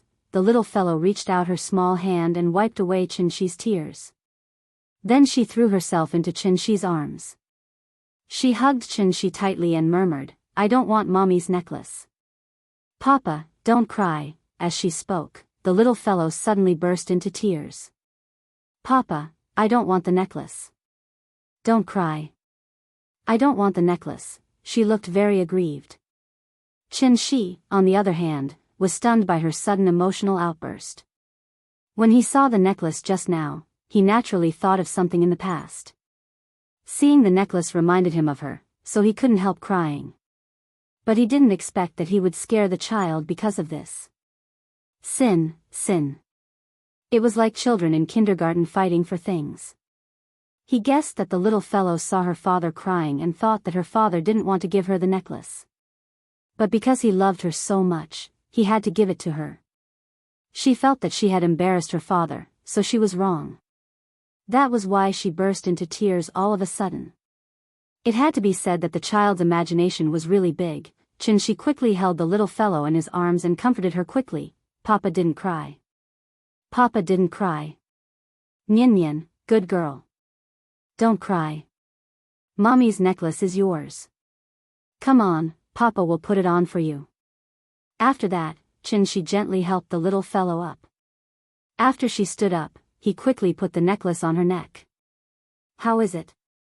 Does it look good?" An adult's necklace was put on a child's neck. The length of the necklace almost reached her small belly. The little fellow didn't speak and was still sobbing.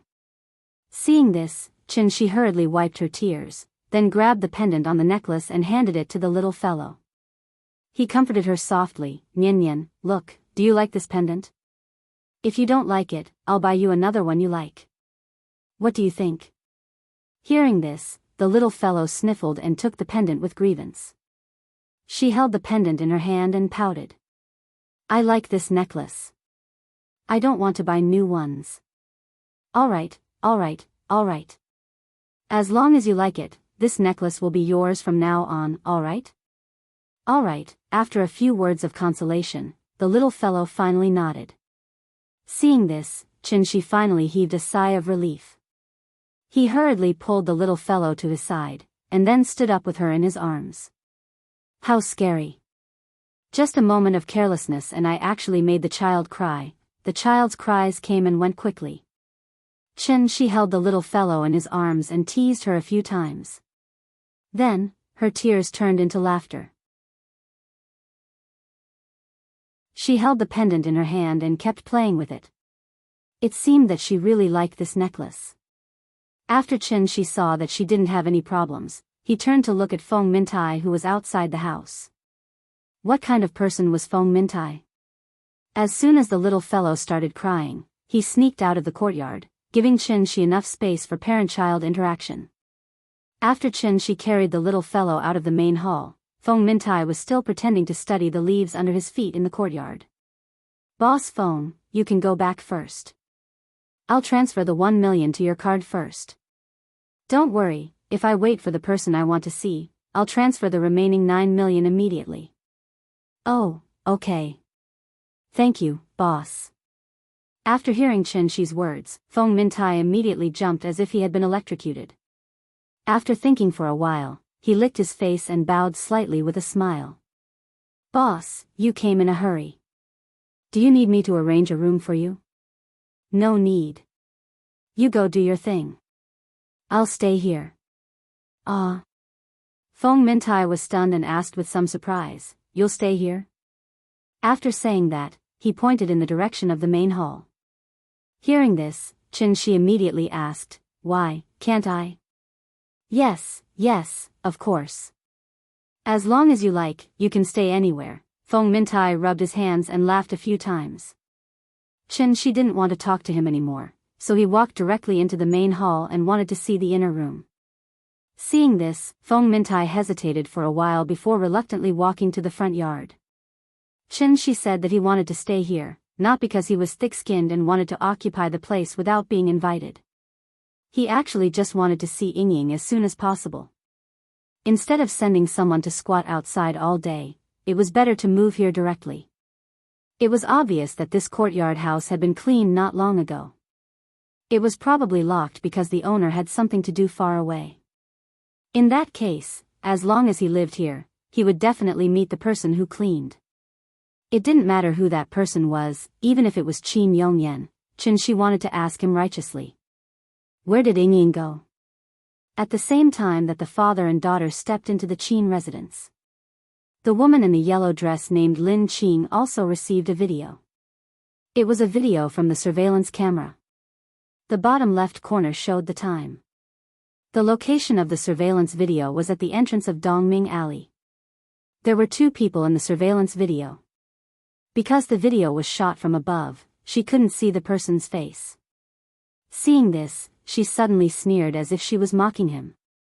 She softly laughed and said, "Ha, that's fast." While laughing, she clicked on the video.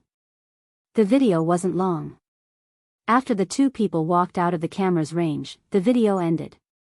It was about 10 seconds from start to finish.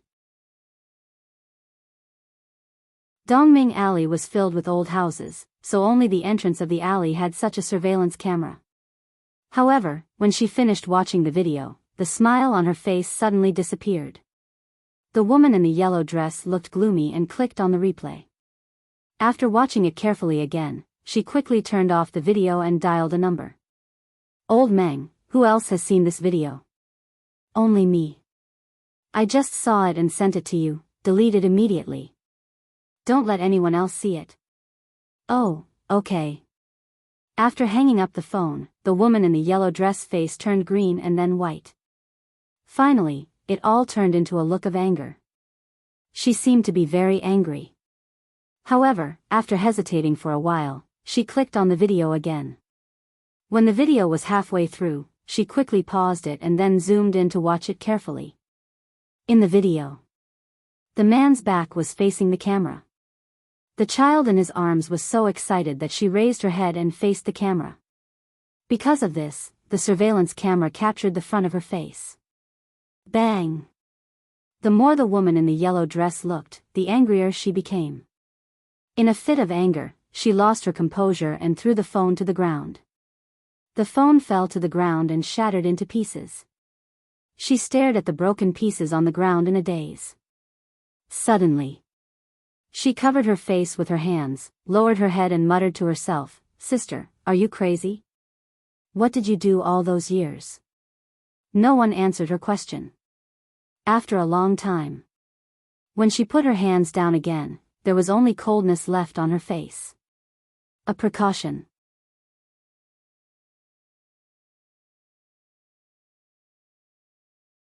Chapter 96. October 1st, National Day. 9:00 in the morning. The sky on this day was impeccably blue and intoxicatingly beautiful. She moved a table from the main hall to the courtyard, then went to the west wing to move the TV to the window, facing the inner courtyard. Because he didn't buy any groceries, he bought breakfast from a snack stall outside. Porridge, steamed buns, and 2 or 3 side dishes. It was a very ordinary breakfast. The little girl didn't eat steamed buns, so she had to buy her 2 bean paste buns. After she turned on the TV, the little girl sat on a small stool, watching TV while holding a bean paste bun.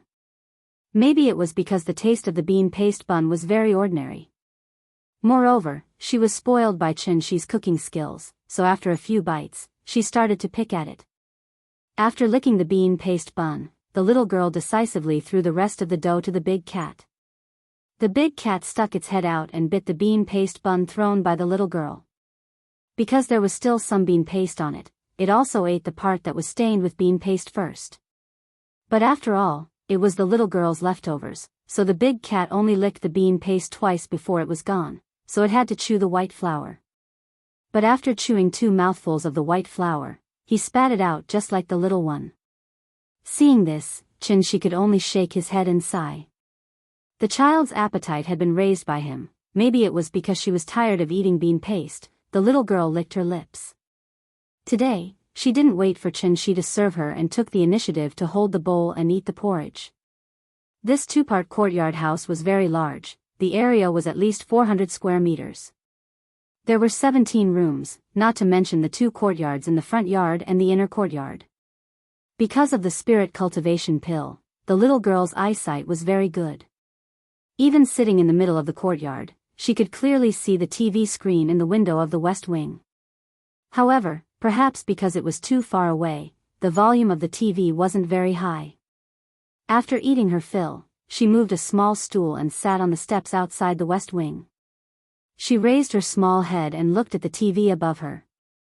She almost stuck her small face to it. The military parade had not officially started yet. It was time for the guests from various countries to enter. When the little fellow went out to buy breakfast with Shi in the morning, she heard others talking about today's military parade. Although she didn't know what a military parade was, her interest was still aroused. So when she saw the live broadcast on TV, she was a little excited. As Shi tidied up, he looked at her silly expression and couldn't help but laugh. After cleaning up the garbage on the table, Shi moved a recliner to sit under the steps and then called the little fellow over. Hearing this, the little guy immediately jumped into Shi's arms. She giggled as she rubbed against Shi's chest a few times. Then, she turned over and laid in his arms to watch TV. The National Day Military Parade was not held every year. The last one was in 2009. After many years, the National Day Military Parade was finally held again, so the people in Shangjing were very excited. In the old alleys and on the streets, they gathered in groups of 3 or 5. One of them was holding a mobile phone ready to watch the live broadcast, and a few people behind him were chatting.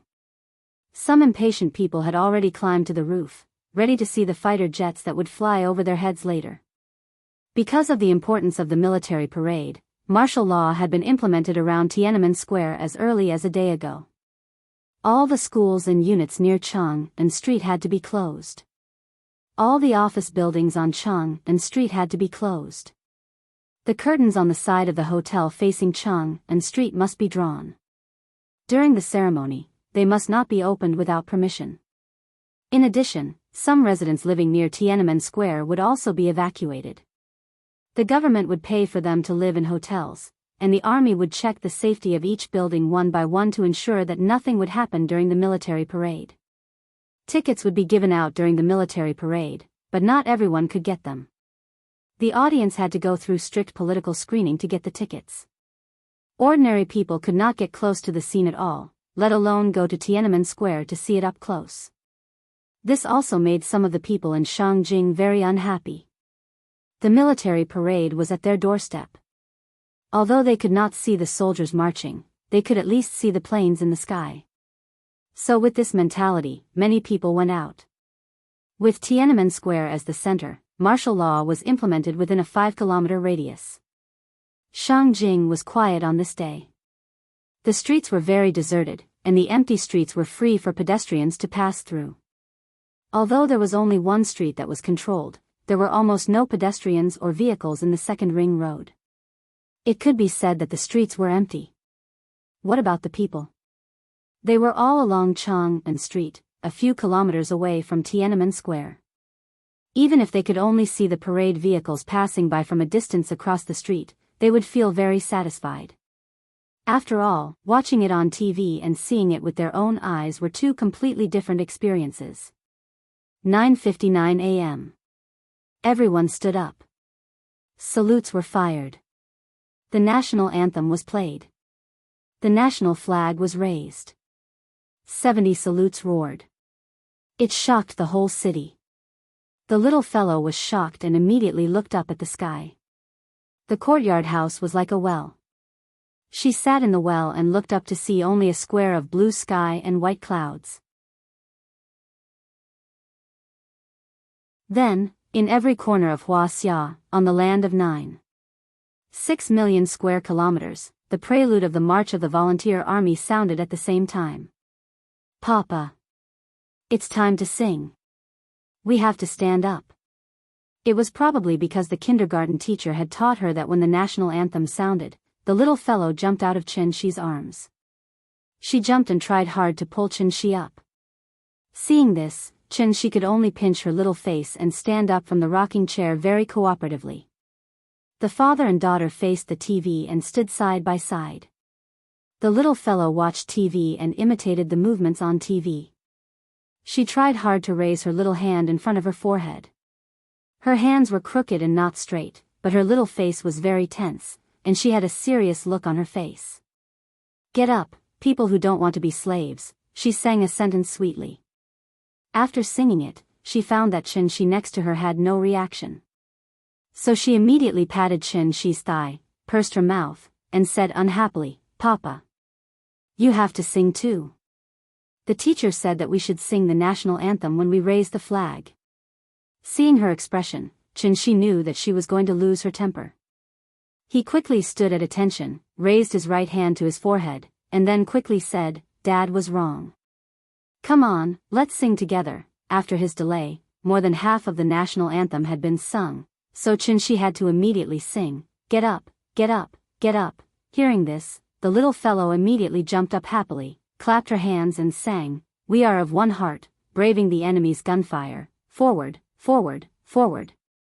After singing, she threw herself on Chen Shi's lap, held Chen Shi's leg, and giggled. Chen Shi sat back in the chair with her in his arms and listened to the explanation on TV. For a moment, there was a rather emotional look on his face. The 70th anniversary of the victory of the War of Resistance was in Beijing. The 90th anniversary of the founding of the army was in Mg.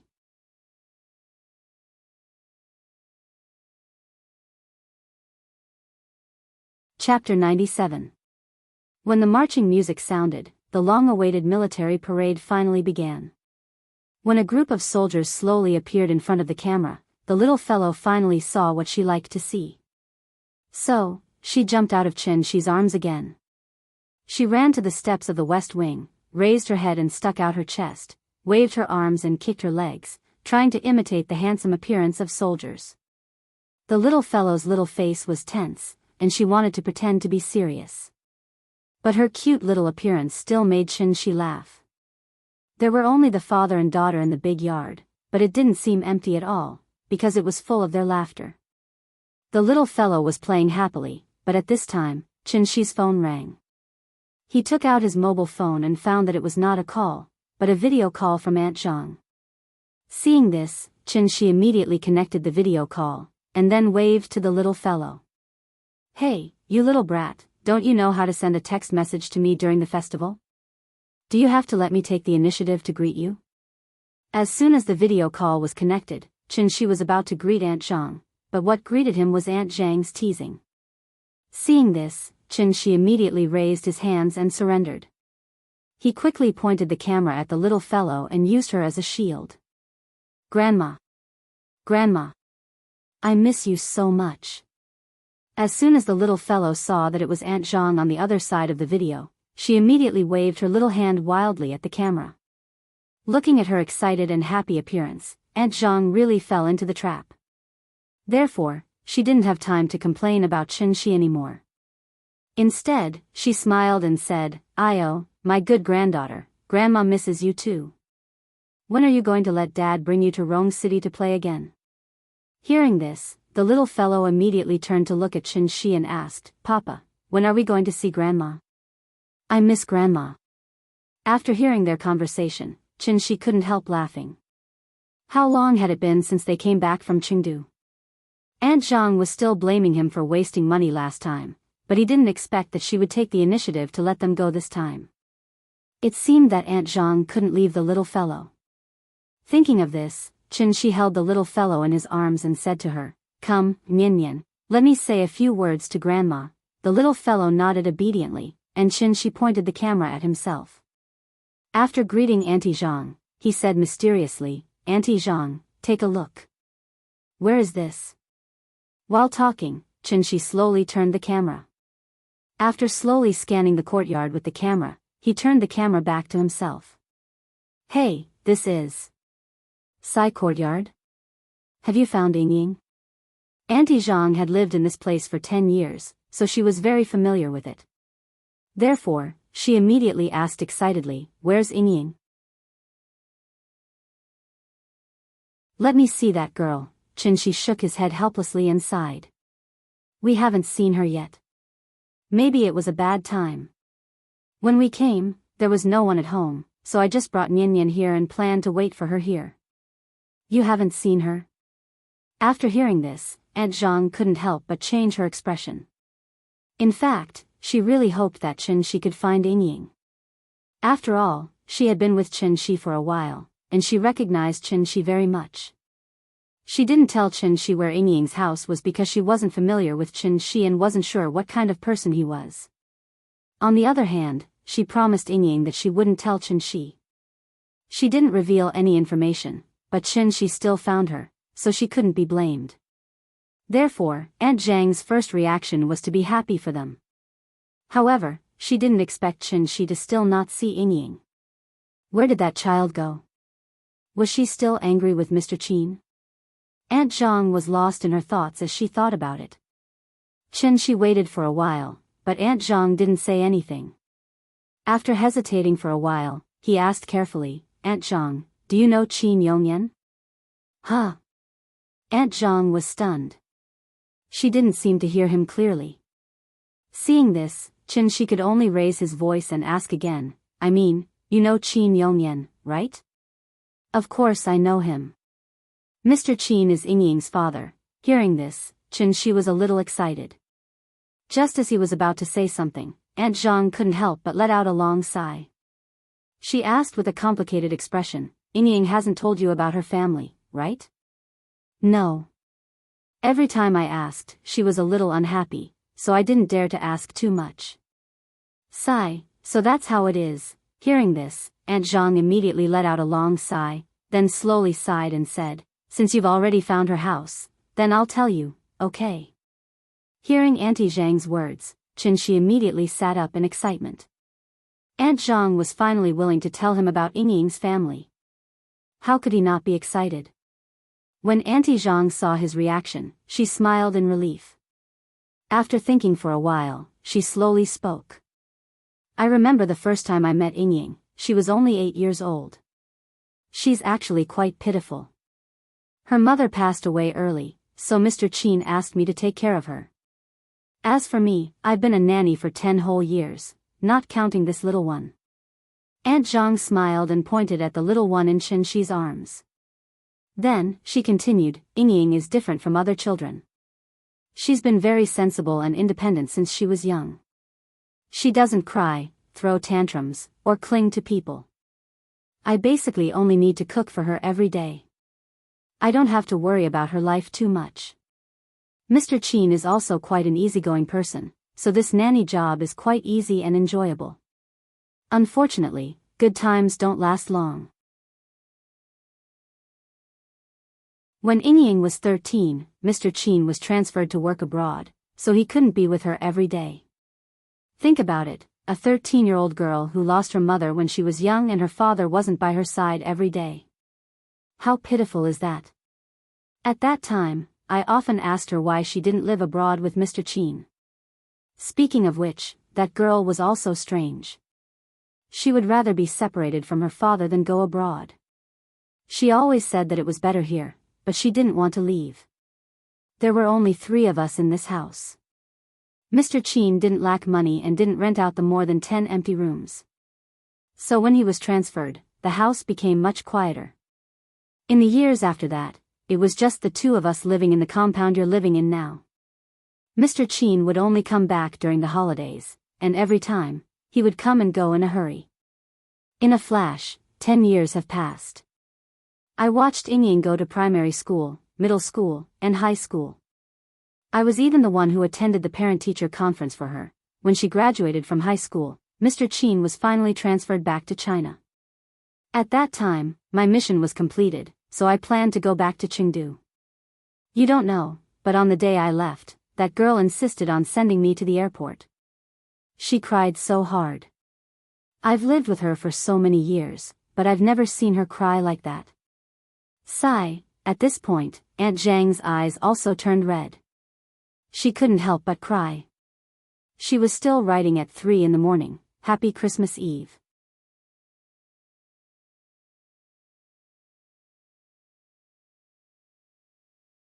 Chapter 98. Perhaps it was because she was reminded of the days she spent with Ying, but Aunt Zhang couldn't help but cry. From when Ying was 8 years old to when she was 18. Aunt Zhang took care of her for 10 whole years. How many decades did one have in life? 4 years in college, 2 years after graduation, and then Qi's disappearance and her pregnancy. In a flash, another 10 years had passed. How many decades did one have left in life? Shi had long noticed that something was wrong with Aunt Zhang's mood, so before Aunt Zhang cried, he coaxed the little girl to watch TV. The little girl couldn't bear to see others cry. If she saw her grandmother crying, she would probably cry immediately. She held the phone and didn't speak. After a long while.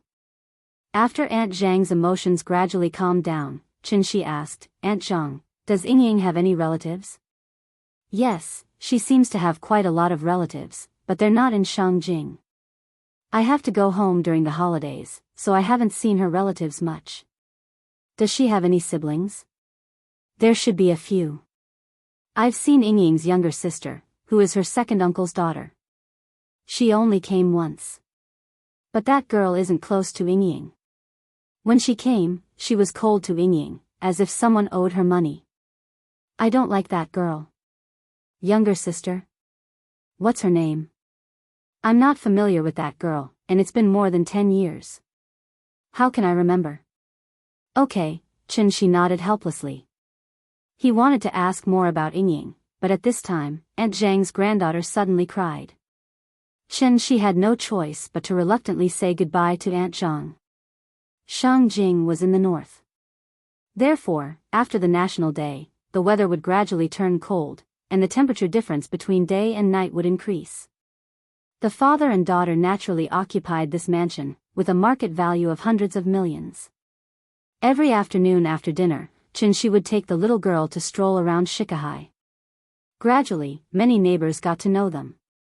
It had been a long time since anyone had lived in this courtyard house.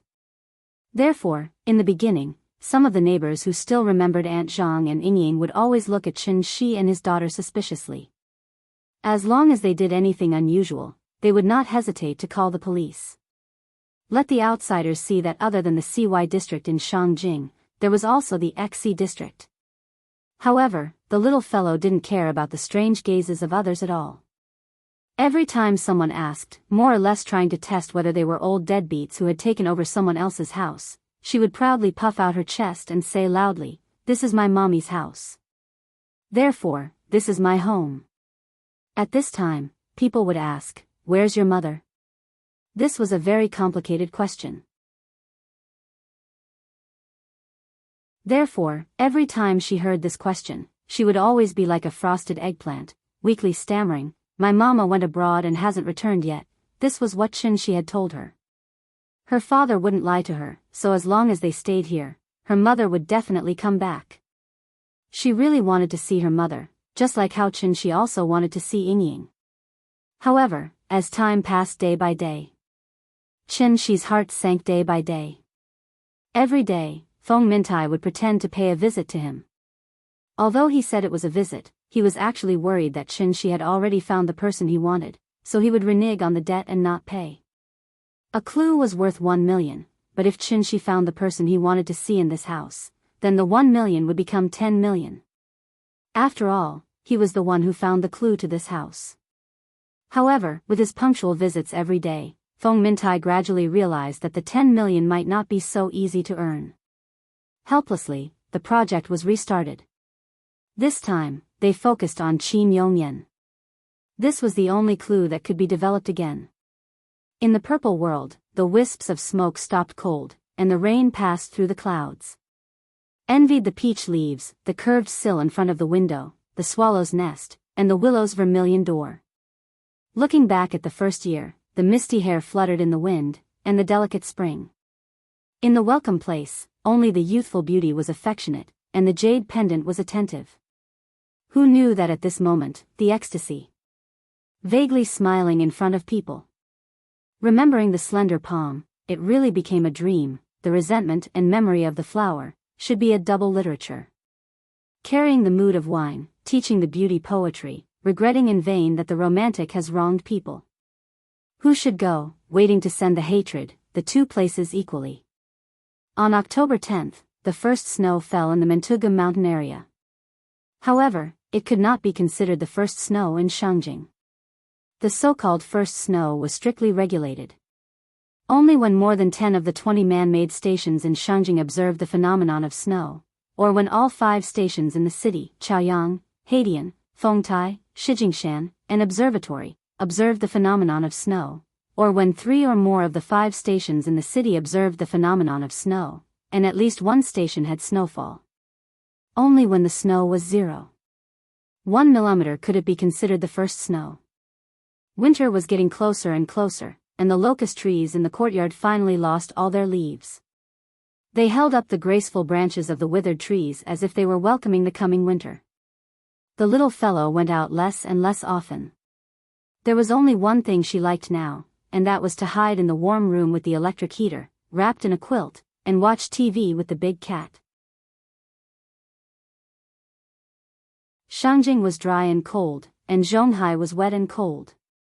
Although the temperature in Zhonghai was higher in winter, it was windy and humid. The most important thing was that there was no heating. The house in the Kangju district did not even have air conditioning, let alone heating, so the little fellow had always been afraid of winter. She did not expect that after coming to Shangjing, the electric heater in the courtyard house would make her fall in love with this winter. She stood in the courtyard in a daze for longer and longer. His temper was also getting worse and worse. Of course, for the little fellow, she still doted on her as usual. But for anyone other than the little fellow, she could only laugh. Including the big cat. Although she did not scare it much, the big cat now took the initiative to avoid she when it saw him. Unless the little fellow held it, it did not dare to get within 5 meters of she. Even big cat received this kind of treatment, not to mention the incomparably treacherous Feng Mintai. However, Feng Mintai was also a master of changing the rudder according to the wind. Since the last time he was kicked out of the courtyard by Qin, every time he came back, he would not cross the Chuehua gate again. This was because he had a vague feeling that something was about to happen.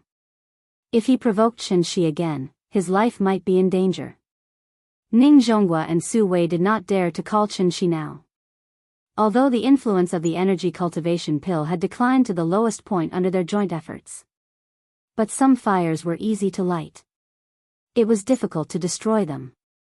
So after a lot of hesitation and consideration, Ning Zhonghua had to summon up the courage to carefully call Qin. However, Qin only responded with one word. Get out. After hanging up the phone, Ning Zhonghua looked at Su Wei helplessly. Su Wei was a little confused. That was a boss above the ministerial level. Would Mr. Qin refuse? Ning Zhonghua shook his head and did not speak. Su Wei was so anxious that he scratched his ears and cheeks, wishing that he was the one who called just now. Ning Zhonghua patted him on the shoulder silently, motioned for him to calm down, and then walked to the window. After exhaling deeply, he could not help but sigh. A storm is coming. Wind building, it was getting colder and colder. November 21st. The little fellow received the biggest gift besides her father. New snow. When she woke up that night, Shangjing City had completely changed. The first snow of this year came earlier than before. When the little girl crawled out of Nuanyuan's bed, she found that the courtyard had completely changed. It was like being painted with white paint, and the whole courtyard was dyed white. Wrapped in silver, it was exceptionally enchanting. She put on her small cotton-padded jacket and did not wait for Qin Shi to wash her face. She had already rushed out of the room and ran to the courtyard, shouting crazily.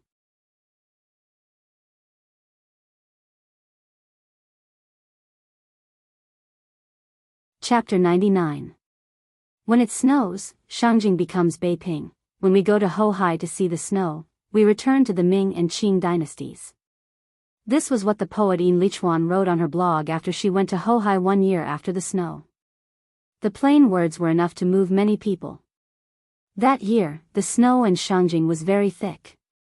As far as the eye could see, the roads and roofs were flat, which also covered a lot of the modern atmosphere. Especially in Hohai, there were very few things that were obviously modern, and there were many old houses.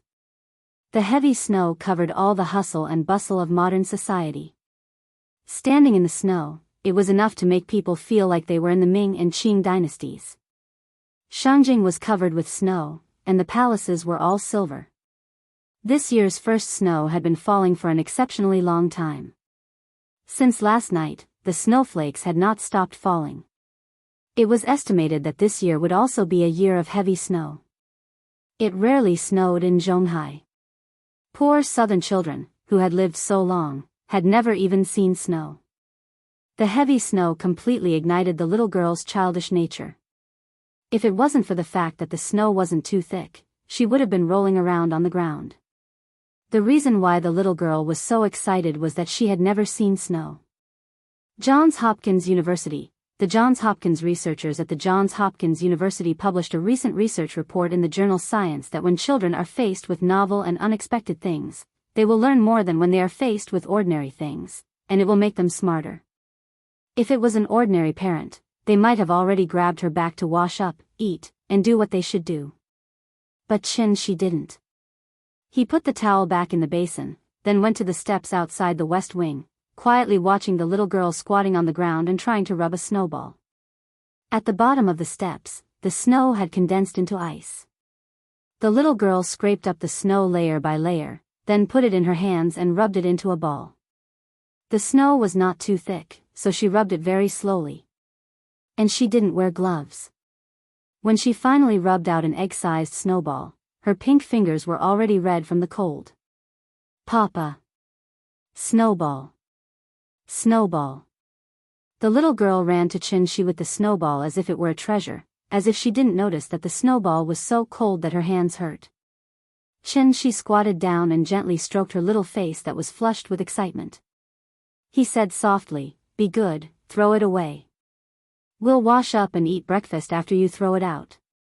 Then Daddy will make a snowman with you, okay?" "Okay." The little guy nodded heavily. Then, he turned around and raised his hand to the back of his head. Then, he threw it out with great force. Seeing the snowballs scattered all over the ground, the little fellow immediately clapped her hands happily. Qin Shi gently held her hand and asked with concern, "Are you cold?" "Not cold." It was so cold that his bones hurt, but the little guy still laughed and shook his head. Qin Shi didn't point it out. After wrapping her little hand in his true essence, he picked her up and said, "Let's go. Daddy will take you to wash your face, eat, and make a snowman. Make a snowman. Make a snowman." With the temptation of a snowman, the little girl immediately followed Chen Shi to wash up. After breakfast, before Chen Shi cleared the table, she couldn't wait to take Chen Shi to the yard. There was not much snow on the ground, so Chen Shi slowly raised his hands in the little girl's slightly excited cry. A gust of wind suddenly blew in the small yard. That year, the first snow in Shangjing was particularly heavy. At the entrance of Dongming Alley, a Spencer slowly came to a stop. From the outside, this car was somewhat similar to a Jinbei car, except that it had a Mercedes-Benz logo. There was only one woman sitting in the big car. She was holding a glass of red wine and shaking it slightly. After the car stopped, the woman lifted the curtain and looked inside. After confirming that she had arrived at the station, she lowered the partition between the car and the driver's seat, and then asked, "Old Meng, when did they live here?" "It should be September 29th.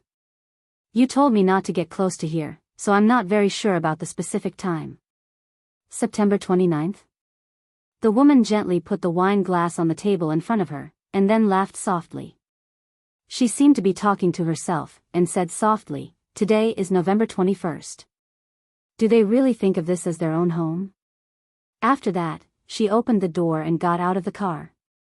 The woman was very tall, and she was wearing a Canada coat, goose beige coat and a pair of black Balenciaga boots. Looking at her dress, she looked like a model who came to the old street for a photo shoot. It was still snowing, and the stalls on the old street were not open today. After all, it was better to stay at home in this cold weather. The bluestone road of the old street was covered with snow, and the sound of the woman's footsteps echoed in the empty alley. A few minutes later, the woman came to the door of the courtyard. She didn't hesitate and directly pushed the door open.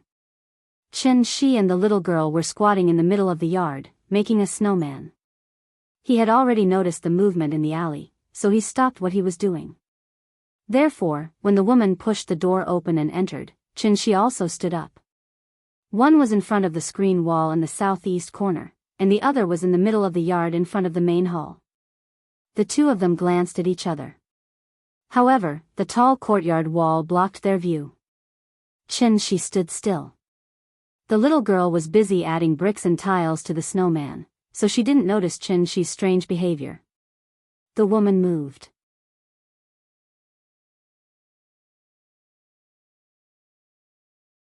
Tap, tap, tap, her heels stepped on the stone floor, making a crisp sound. Every time the sound rang, it was like a morning bell, beating Chen Shi's chest fiercely. He stared blankly at the drooping flower gate that separated the inner and outer courtyards. The woman walked steadily, and soon crossed the front yard and came to the drooping flower gate. And at this moment, Chen Shi also saw her face clearly. She wasn't Ying. An indescribable feeling immediately surged in Chen Shi's heart. He stared blankly as the woman walked straight towards him. The little girl squatted on the ground, holding a ball of snow with both hands, and was about to slap it on the snowman. The woman was getting closer and closer, and her footsteps finally startled the little girl. The little girl turned her head and glanced at the woman who suddenly appeared. Then, she suddenly grinned, as if she was very happy, and asked sweetly, "Sister, do you want to make a snowman with us?" The woman didn't speak. The little girl waited for a while. Seeing that she did not speak, he no longer paid attention to her and continued to build his own snowman, huffing and puffing. The woman silently looked at the little girl squatting on the ground. After a long while, she suddenly asked, "What's her name?" Her voice sounded very cold. Just like today's weather, although the sun was bright, there were still snowflakes floating. Chen Shi was stunned for a moment, then solemnly replied, "Chen Mian." "What about you?" "Chen Shi." "Chen Shi?" After softly repeating this name, the woman finally shifted her gaze from the little girl to Chen Shi. "My name is Qin Shueching. Asterisk asterisk asterisk asterisk asterisk asterisk asterisk asterisk asterisk asterisk Thank you brother, Xia Zhongyu, for the 20,000 reward. I have to apologize to you here. It's not that I don't want to add more, it's because I really can't write that much. It's not that I'm not working hard, I've really done my best. I've been racking my brains every day to write. Please forgive me. Sincerely. This book's reader group, 5117933123.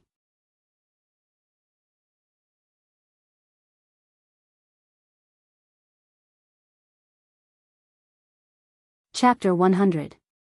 My name is Qin Shueching. Her voice was as bright as the sun today, but her tone was as cold as the fluttering snowflakes. The snowflakes drifted into the necks of the passers-by. It was cold, and people couldn't help but shiver. They had no choice but to pull their clothes closer. Qin Shueching. His surname was also Qin. Upon closer inspection, her appearance actually bore some resemblance to Yingying. However, the cold aura she exuded was worlds apart from Yingying's. If they had met on the road, perhaps even she wouldn't have been able to recognize her. This woman with a cold expression in front of him was actually Yingying's sister. Auntie Zhang had said that Yingying had a younger sister who was her second uncle's daughter. If he was not mistaken, it was the woman in front of him. After hearing the woman's self-introduction, Qin Shi, who had been a little hesitant, immediately stepped forward and said very politely, "Hello, hello." As he spoke, Qin Shi extended his right hand to her. To be honest, this was the first time he had encountered such a situation in his hundreds of years of life. She was his sister-in-law, after all. There was an old saying in Shangjing, the sister-in-law is half of the brother-in-law's ass. It meant that it would be a waste not to feel pain, and it would be a waste not to touch it. In fact, it was all caused by the traditional feudal thinking of the past. It was easier to get familiar with people. Even if they were discovered, his mother-in-law would turn a blind eye to it. After all, they used to be very particular about not airing their dirty linen in public. Qin Shi didn't have such disgusting thoughts. He was just a little nervous because it was his first time meeting Yingying's relatives. Yes, nervous. He was afraid that he would leave a bad first impression on this woman named Qin Shueching. This had nothing to do with status, strength, or cultivation. Instead, it was directly related to Yingying's position in his heart. As the saying goes, love a house, love its crow. Qin Shi loved Yingying very much, so naturally, he would show enough kindness to her family. However, what Qin Shi didn't expect was, this was the first time the two of them had met. However, Qin Shueching seemed to hold a certain degree of hostility towards him. Do you see the words outside? This is the Qin clan. You can leave.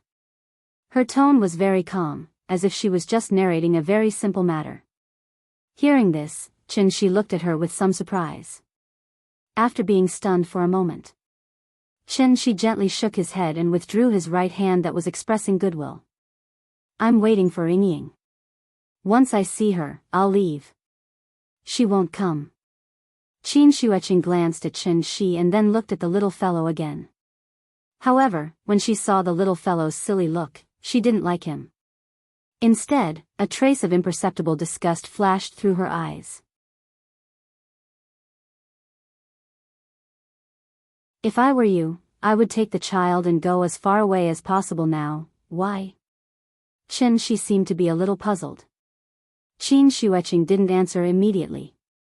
She just looked at the little fellow silently, as if she was seriously thinking about something. After a long period of silence, she looked at Qin Shi again and said calmly, because you don't deserve it. I don't deserve it? As if he had heard a big joke, Qin Shi suddenly couldn't help laughing. He shook his head and chuckled involuntarily. You mean that your family is very particular about matching in social status, right? Qin Shueching was silent. Qin Shi pointed to the main hall behind him and asked with a smile, it's the 70th anniversary of the founding of the People's Republic. Why, the Great Revolution didn't sweep away your stubborn feudal ideas? Hearing this, Qin Shueching's expression, which had never changed since ancient times, finally relaxed a little. She sighed softly. With some doubts, she said softly as if she was talking to herself, I really don't understand what my sister is thinking. She actually gave birth to a daughter for you. The smile on Qin Shi's face disappeared. This was because Zhao Yuan had once said something similar. If only Qin Shueching wasn't his sister-in-law. Qin Shi really didn't expect that his first meeting with his sister-in-law would end up like this. The atmosphere in the yard suddenly dropped to the freezing point. However, Qin Shueqing obviously didn't care about Qin Shi's feelings. After thinking for a while, she sighed softly with a kind of almost pity in her eyes. Well, I'll tell you why. After that, Qin Shueqing raised her delicate hand. Her fingers were very beautiful, white and slender and without impurities, as perfect as cold jade. Then, she shook her 5 fingers gently. An invisible force shot out in an instant and hit the snowman in front of the little fellow. Bang! The snowman collapsed in an instant, turning into countless pieces of snow that drifted in all directions. She flicked her 5 fingers and hit the snowman 10 feet away. The sudden turn of events stunned the little fellow. She was holding a ball of ice and was about to hit the snowman's head with the ice in her hand. But in the blink of an eye, the snowman disappeared.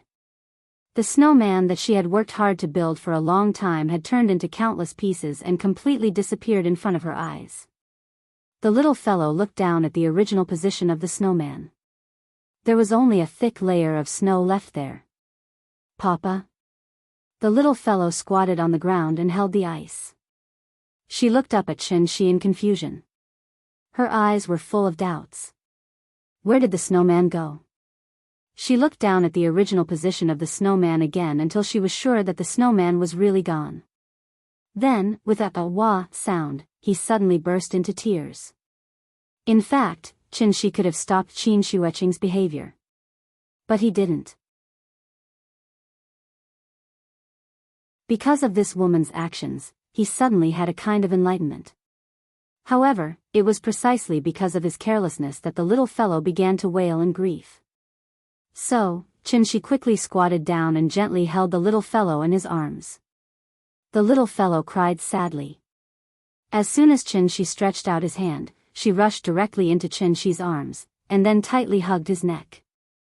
She pursed her lips and cried loudly, "Papa, the snowman is gone, the snowman is gone, good girl, Nian Nian, don't cry. Papa will show you a magic trick, okay?" However, the only response he got was the little fellow's loud cries full of energy. Qin Shi stopped talking and slowly stood up with her in his arms. The little fellow cried on Qin Shi's shoulder. Her pitiful appearance was really pitiful. Qin Shi gently patted her head and comforted her with a few words. Then he turned his head and calmly said to Qin Shueqing, "You scared my daughter." This time, it was Qin Shueqing's turn to be stunned. "You know what? If you weren't Yingying's sister, you would have died 10,000 times by now. I want to reason with you, but you have to talk to me about strength, then I'll show you what strength is." As soon as he finished speaking, the wind and snow all over the sky suddenly became stronger. Then, a tornado strangely blew in the yard. All the snowflakes above the yard were rolled into the wind column. The originally invisible wind column seemed to have become a large white funnel at this moment. And the center of the funnel was where the snowman was just now. Qin Shi stood beside the snowman, holding the little fellow in his left hand and slowly stretched out his right hand. Countless snowflakes continued to fall on the snow pile under the guidance of the wind. Then, the snowman slowly condensed into a shape at a speed visible to the naked eye, and then became bigger and bigger. What was happening in front of her eyes was completely beyond Qin Shueqing's imagination. She stared at the man holding the child in a daze and stepped back a few steps in fear. The snowman was growing taller and taller. In just a few breaths, it had become a super large snowman more than 3 meters tall. This also made Qin Shueqing's beautiful eyes almost pop out. What was happening in front of her eyes could not be done by human strength. Thinking of this, she could not help but ask with a trembling voice, Who are you?" "Me?" Hearing this, Qin Shi chuckled softly.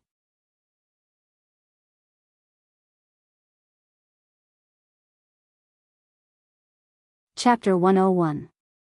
In the Sihiyuan. The sudden gust of wind finally subsided. The heavy snowfall was actually not a good sign. As the saying goes, timely snow indicates a bumper year. Only a moderate amount of snow could be called timely snow. A moderate amount of snow could not only kill insects and keep warm, but also provide water for crops, and would not crush the crops. This was the sign of a bumper year. The snow stopped. The little fellow stared blankly at the huge snowman in front of her.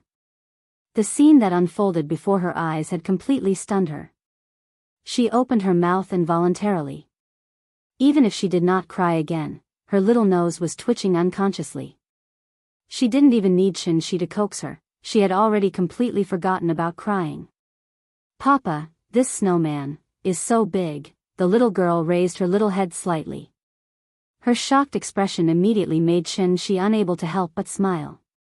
Seeing her adorable appearance, Qin mood couldn't help but improve a lot. "Muah." After kissing the little fellow's face heavily, Qin looked at her and asked softly, "What do you think? Do you like this snowman?" "Yes." Qin's question made the little fellow come to her senses. Therefore, she immediately sat in his arms and began to dance. "Papa, put me down. I want to play with the snowman." Qin quickly put her down.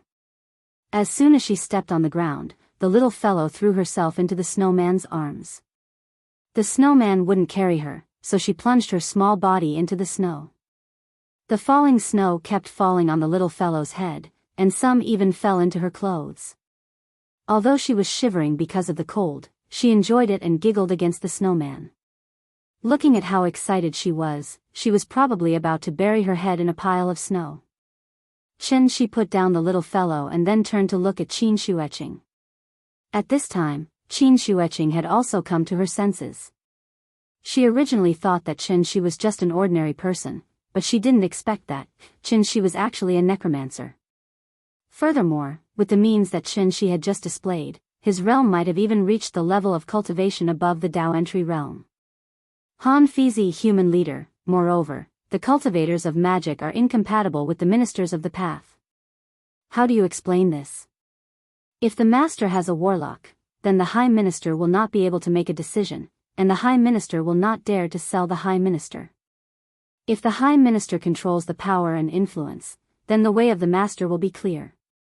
Records of the grand historian, Huainan's Hengshan biographies, in the past, Qin Ju followed the path of the saint and killed the sorcerers.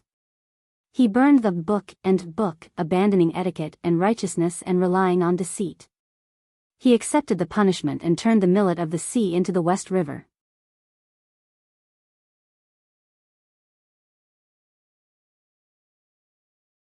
This kind of heaven-defying means that could create clouds and rain with a flip of his hand was clearly not an existence that Qin Wanqing could deal with.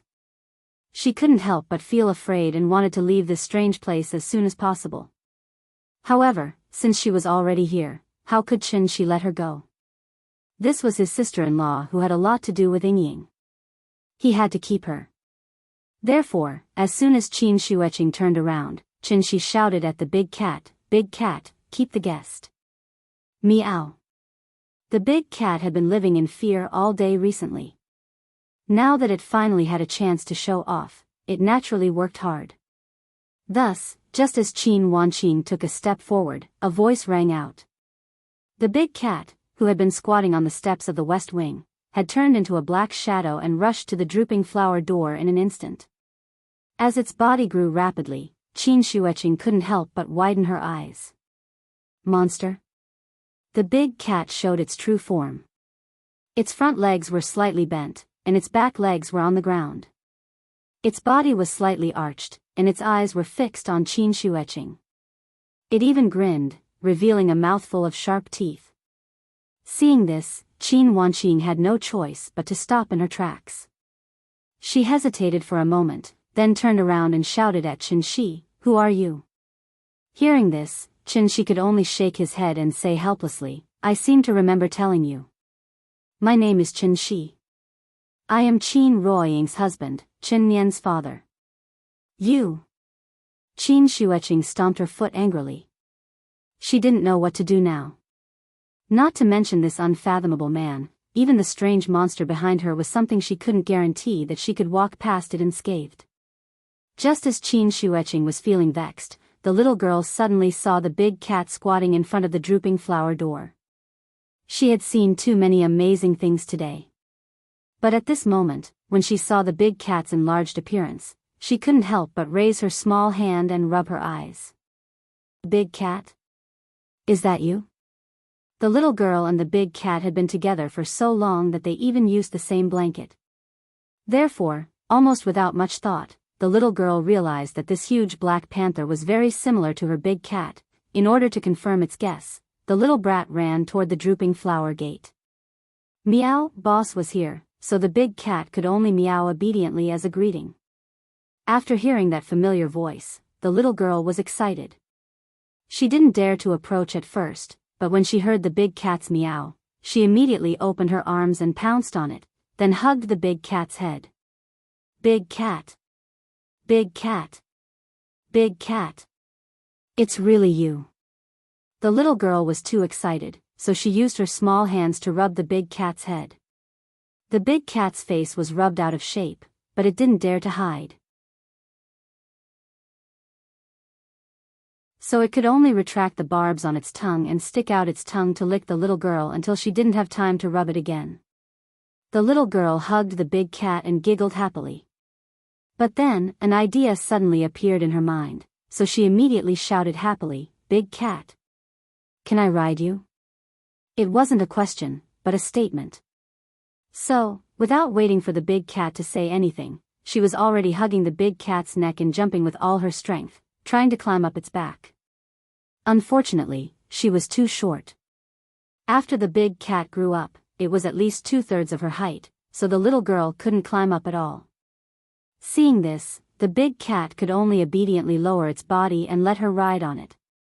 After the little girl sat down, the big cat stood up again. And the little girl hugged the big cat's neck with both hands, lying on top of it and giggling. Big cat. Big cat. Go, go, go. In the courtyard.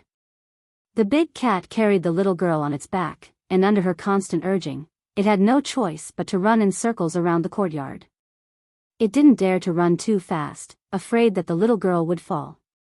If the little girl accidentally fell, it estimated that all 4 of its legs would be broken by Qin Shi. So it was better to be careful. Qin Shuiqing stood in the same place, and her mind was blank.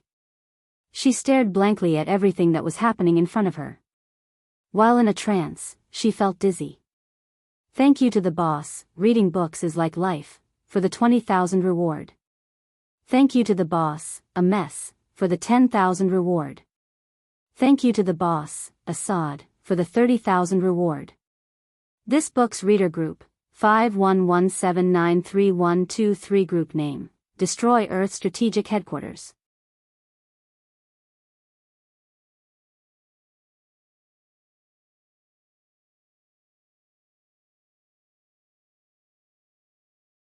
Therefore, she was also very honored to become Qin Shi's captive. Although she was a captive, she was actually treated well. Except for not being able to leave the courtyard, Qin Shi didn't do anything to her. Or it could be said that Qin Shi didn't dare to do anything to her. Did he want to tie her up and hang her upside down with a whip dripping wax? She was his sister-in-law, not an outsider. They were all family. Obviously, Qin Shi couldn't offend her too much. Qin Shi only had one purpose, and that was to make her tell him where Ying was. Perhaps seeing that Qin Shi didn't dare to do anything to her, Qin Shuiqing simply closed her mouth and refused to say a word. Qin Shi couldn't do anything to her, so he could only let her be. His sister-in-law had just arrived. As her brother-in-law, he still had to be a little polite to her. However, Qin Shi's patience was always limited. Therefore, he could only hope that Qin Shuiqing wouldn't refuse a toast only to be forced to drink a forfeit. Otherwise, it would be embarrassing for everyone. Obviously, it wouldn't be a good thing. Because the little fellow didn't like to eat outside food, Qin Shi had already started to cook as early as the second day after she moved in. Today, there were distinguished guests, so Qin Shi made a particularly sumptuous meal. 4 dishes and a soup, all of which were main dishes. One of the dishes was braised shark's fin in yellow sauce. This dish was characterized by its bright apricot yellow color, soft and tender meat, extremely mellow and fresh taste, and the whole wing was juicy. Because it was too cold, Qin Shi could only put the dishes on the table in the west wing. After he brought the dishes one by one, the little fellow didn't even need to be called. She rushed over on the big cat as soon as she smelled the aroma. Papa! It smells so good. I'm hungry. If you're hungry, wash your hands. You can eat after washing your hands. Okay. Big cat, let's wash our hands. With the temptation of delicious food, the little mischievous girl finally didn't need Qin to wait on her. She ran to wash her hands by herself. At this time, Qin walked out of the room and looked at Qin Shueching opposite him. He asked very politely, "Do you want to eat together?" As he spoke, Qin turned sideways and pointed to the table behind him. However, after hearing his words, Qin Shueching was like a cat whose tail was stepped on. She immediately shouted angrily, "Bah!" After fiercely glaring at Qin she opened the door of the east wing, walked in, and slammed the door. The weather was so cold, but she still stood in the yard for so long in the cold wind. Thinking about it, it was quite silly. Qin smiled softly and returned to the west wing, very satisfied. The whole yard was set up by him. As long as Qin Shueching didn't tell him the whereabouts of Yingying, she would have to obediently stay here for one more day. When he forced Qin Shueching to stay just now, Qin had already used his true qi to search her body. However, Qin Shueching didn't bring her mobile phone, so Qin couldn't check her phone number. 3 days, Qin only gave her 3 days to consider. If she still refused to tell him after 3 days, then don't blame him for not giving her face as her brother-in-law. Just as Qin was thinking about how to deal with Qin Shueching, the little girl ran back after washing her hands. She climbed onto the chair with all her strength, picked up the spoon and was ready to eat. However, at this time, the little girl seemed to have thought of something. She quickly turned her head and looked out of the window. Then, she asked with some doubts, "Papa, where's that sister just now? Isn't she going to eat with us?" Hearing this, Qin rubbed her head and pulled the plate of braised shark's fin to her. Then he said with a smile, "She's your mother's sister." "Mama's sister? Who's that?" "You should call her Aunt." "Aunt? Aunt doesn't eat with us? She's good at martial arts, so she doesn't need to eat." "Oh, Aunt is so pitiful. The food is so delicious, but she doesn't need to eat. Good girl, eat more if it's delicious." "Okay." However, at this moment, in the east wing, Qin Shueching frowned slightly and couldn't help but put her hand on her stomach. Martial artists were not immortal cultivators. Their physical energy consumption was especially large, so their usual appetite was also especially large. She hadn't eaten for a few hours, but her stomach began to growl. Qin Shueching couldn't help but look through the window at the west wing opposite. She finally understood why Qin pretended to ask her to eat with him. He guessed that she wouldn't go, so he used this method to disgust her. She couldn't beat him in a fight, and she couldn't leave. Now she couldn't even eat.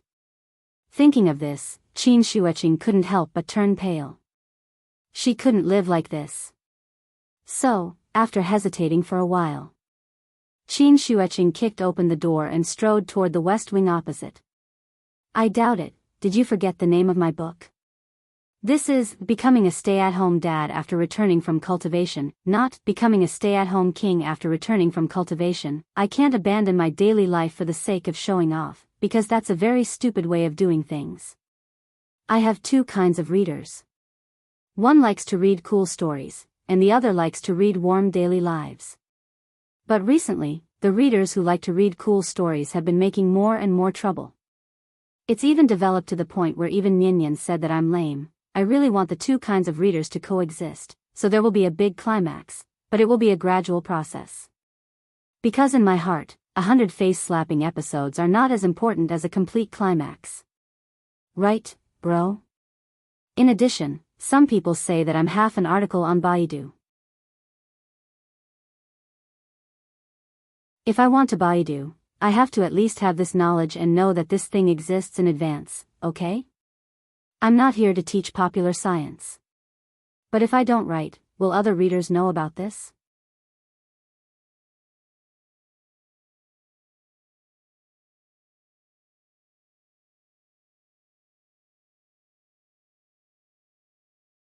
Although she did not understand what the word aunt meant, as long as it had something to do with Mama, the little fellow would show full enthusiasm.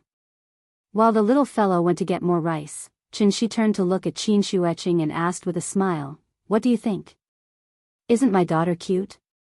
Qin Shueching struggled to get rid of Qin's restraint, but it was obviously in vain. Therefore, she had to scold him harshly, "Let me go." "I can let you go, but you have to eat this meal first." Qin smiled and pointed to the dishes on the table. Qin Shueching did not answer, but glared at him fiercely.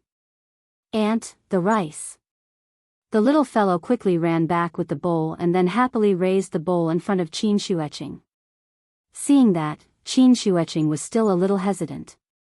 She did not talk nonsense with her and immediately controlled her to take the bowl from the little fellow's hand. Qin Shueching flew into a rage and wanted to scold Qin. But at this time, she found that she could move again.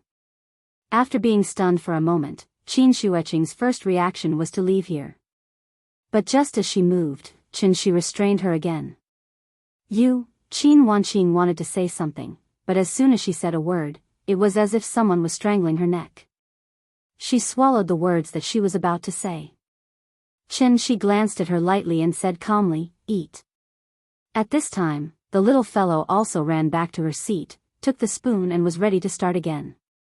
After drinking a mouthful of fresh soup with great satisfaction, the little fellow found that Qin Shueching still held the bowl just now, so she asked with some doubts, "Aunt, why don't you eat?" Seeing the little fellow's puzzled face, Qin Shueching collapsed.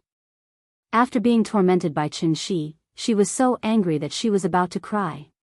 She would rather be beaten to death by Qin than be humiliated by Qin so wantonly. Yes, humiliated. Like a doll, Qin held her in his hand and played with her casually. She tried for a while and found that she could speak. She immediately said quickly, "Let me go, I'll eat." As soon as she finished speaking, she found that she could move. So, Qin Shueching held the bowl in one hand and the chopsticks in the other, stiffly digging into the bowl of steaming white rice. She didn't take any food and just ate the rice. Seeing that she didn't take any food, Qin said with a smile, "You're a guest. Don't just eat.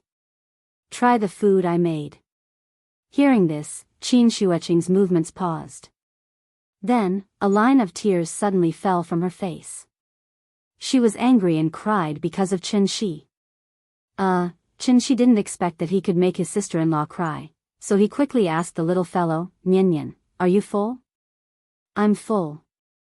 I'm so full." "Then go watch cartoons with Big Cat." "Okay." When it came to cartoons, the little fellow was full of energy. So, when Qin put her on the ground, she shouted for Big Cat to watch cartoons on the bed.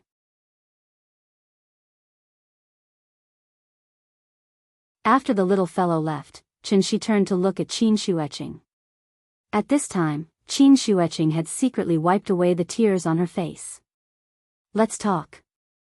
Qin Shueching didn't say anything, but lowered her head and continued to dig into the white rice in her hand. She didn't have the arrogance she had when she first arrived. Instead, she looked more like a little woman who had been wronged. This was also the result that Qin wanted. Seeing that she had finally removed the layers of shell, Qin asked again, "I'm really curious. Why did you have a flash of murderous intent when you first saw Nian?" Qin Shueching was stunned. She didn't expect that Qin could even feel this. "You should be glad that the murderous intent in your heart disappeared in a flash. Otherwise, I think we might not even have the chance to sit here and talk." The so-called murderous intent and murderous intent, one represented the desire to kill, the other represented the preparation to kill. The two didn't seem to be very different, but there was an essential difference. The murderous intent was an idea that came out in an instant, while the murderous intent was the breath before the preparation to kill. Qin Shueching was a master of martial arts, so every time she was ready to make a move, the muscles all over her body would naturally tighten, and the pores would immediately contract and close. If it was a master of the same level, he would naturally be able to detect all kinds of subtle changes in her body. This was the so-called murderous intent, which also meant that she was about to make a move. The murderous intent could be perceived, but the murderous intent couldn't be perceived. Because the murderous intent was just a kind of thought. Unless one could see through people's hearts, how could one perceive the thoughts of others? She couldn't see through people's hearts. But he could infer from Qin Shueching's subtle expression at that moment. Qin Shueching should really be glad, the murderous intent in her heart came and went quickly. Otherwise, she would really be crushed to death by Qin Shi on the spot. Qin Shueching didn't answer. Qin Shi smiled and continued, "You are very strange. I guess you haven't even killed a chicken, but today you want to kill a child, and it's your sister's child. Tell me, why?" After that, Qin Shi looked at her quietly. Qin Shueching held the bowl and lowered her head as if she was thinking. She was silent for a long time. Qin Shi also waited for her for a long time.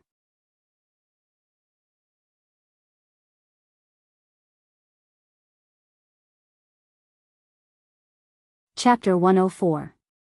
Because if she doesn't die, my sister will die. As soon as he finished speaking, Qin Shueching clearly felt a strong murderous aura erupting from Qin Shi's body. The murderous aura was so strong that she was so scared that her muscles tensed up and she subconsciously wanted to take a defensive stance. And it wasn't just her. Even the big cat who was watching cartoons was shocked. But the big cat was very smart and immediately burrowed into the little guy's arms. The little guy naturally hugged the big cat. This behavior was like a solid reassuring pill for the big cat. So after the big cat calmed down, it turned its head and poked its head out to observe the situation at the dining table. "Why?" Qin Shi's voice was very calm, and there was nothing strange about the expression on his face.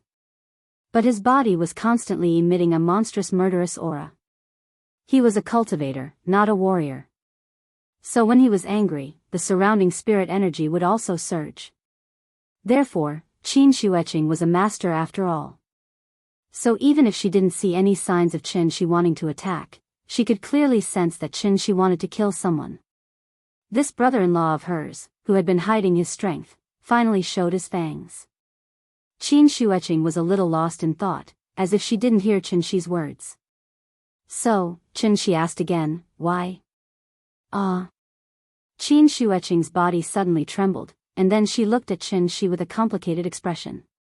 She reluctantly shook her head and said, "I can't tell you. I shouldn't have come to you at all. I was meddlesome." Hearing this, Qin Shi suddenly laughed. "You brought that necklace over for her, didn't you?" After saying this, Qin Shi looked thoughtfully at the little guy who was sitting on the bed and watching cartoons attentively. Qin Shueching didn't reply. "You want to drive us away because you're afraid that your family will find out that Yingying gave birth to a daughter for me, right?" Qin Shueching still didn't speak. Qin Shi waited for a long time. Seeing that she didn't want to speak again, Qin Shi changed the topic and asked with interest, "If I remember correctly, those who are above transforming strength are called masters, so you should be a martial arts master, right?" Hearing this, Qin Wanqing finally nodded and replied somewhat reluctantly, "Above the neutral strength stage is the controlled dance stage. Only after achieving the controlled dance stage can one become a grandmaster. I've seen people at the peak strength stage, but they are older than you and have been through hundreds of battles. They always have a kind of hostility that can't be hidden. You don't have it, and your realm is far higher than theirs. So you do have some reason to be proud." However, when she heard Qin Shi's essest, Qin Shueching immediately frowned and scolded in exasperation, "Are you trying to humiliate me?"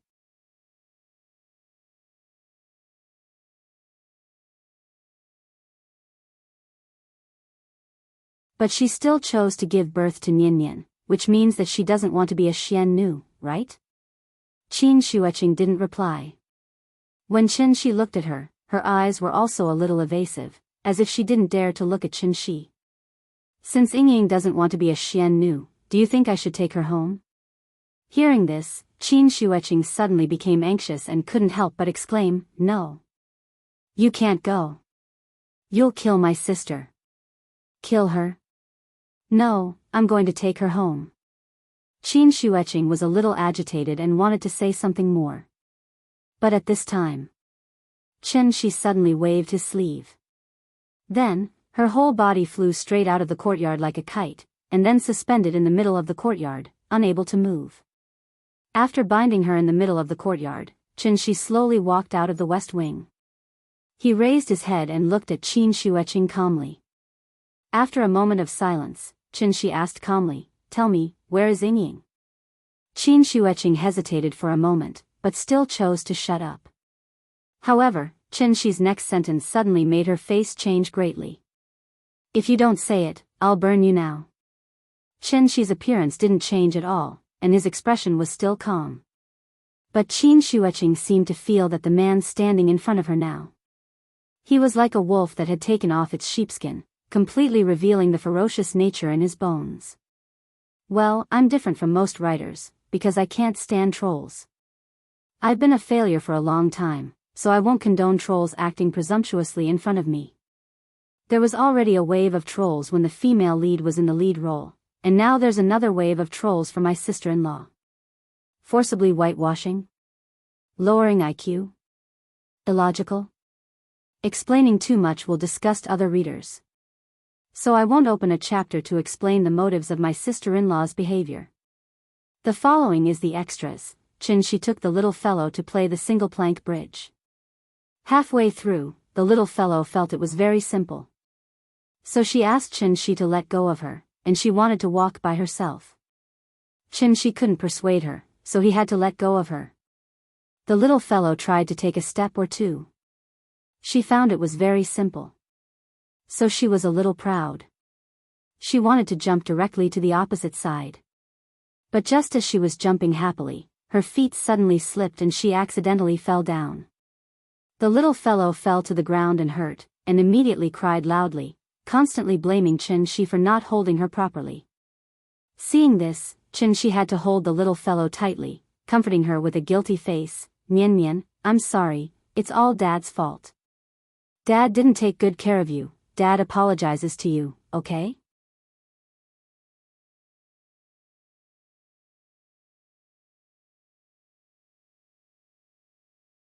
Chapter 105. The biggest difference between the heavenly jade world and Earth was, spirit stones, immortal herbs, cave abodes, and spirit veins could be snatched. Interest was the driving force behind all human actions. Marx once said, "Everything that people strive for is related to their interests." Qin had lived on Earth for more than 20 years. But he had lived in the heavenly jade world for more than 500 years. Could it be that those 500 years could not compare to 20 years? Obviously not. The reason why he did not like the heavenly jade world was mainly because there was a fundamental difference between the heavenly jade world and Earth. Earth was the place where he was born and raised. Qin grew up and matured here. His outlook on life, values, and worldview had formed the most basic framework because of this. So after he went to the heavenly jade world, he always felt that he did not fit in with that world. This was also one of the reasons why he risked his life to return to his roots. 3 years old is old, 7 years old is old. This was a proverb in Huaxia. Although 3 years old and 7 years old was only an approximate number in ancient times, it was summed up by the people of Huaxia after thousands of years of living experience. This sentence seemed very arbitrary, but it was proven to be reasonable by modern science. Man is a very complicated creature. If he really wanted to explore it in detail, he would have to talk about innate determinants and acquired influences. That was too complicated, and Qin was not a thinker, so he would not study too much. He only needed to clarify one thing, and that was, what exactly did he want? Qin did not want longevity, but family happiness. This was his goal, and also his pursuit. At the same time, it was the source of his motivation.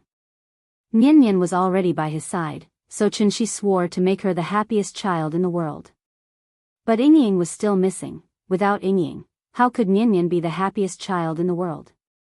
Without Ying, how would he be able to achieve the family happiness that he pursued?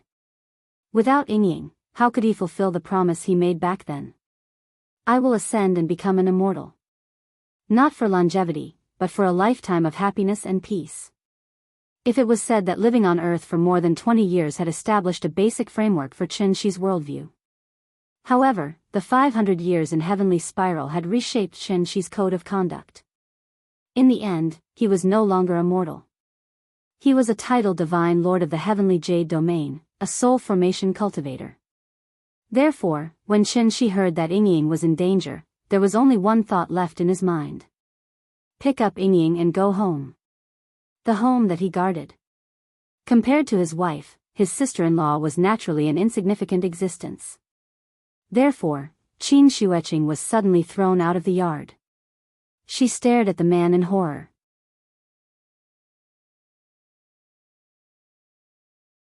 This seemingly gentle man suddenly showed his ferocious side in front of her. That monstrous murderous aura seemed to be making a silent declaration. If she dared to say no, he would really kill her. Qin Shueqing was scared out of her wits. Chen Shi stood on the steps and quietly looked at Qin Shueqing, who was tied up in the air by him. All of a sudden, his wrist twitched. Immediately after, a small flame jumped out from his fingertip. Seeing the sudden flame, Qin Shueqing finally came back to her senses. This cheap brother-in-law was serious about her. Qin Shueqing was scared. When she saw that Chen Shi was about to throw out the flame, she immediately shouted at the top of her lungs, "No! I'll tell you." Classic of Mountains and Seas? The 16th classic of the West of the Great Wilderness said, in the south of the West Sea, on the shore of quicksand, behind the red water and before the black water, there is a mountain called the Kunlun Hills. The Kunlun Mountains were known as the ancestor of all mountains in Huaxia and the source of the dragon veins. Many legends in Huaxia were related to the Kunlun Mountains. But many people didn't know, the Kunlun Mountains in ancient times and the Kunlun Mountains in modern times were actually two different places. Some people even thought that the ancient Kunlun Mountains were the current Kunlun Mountains.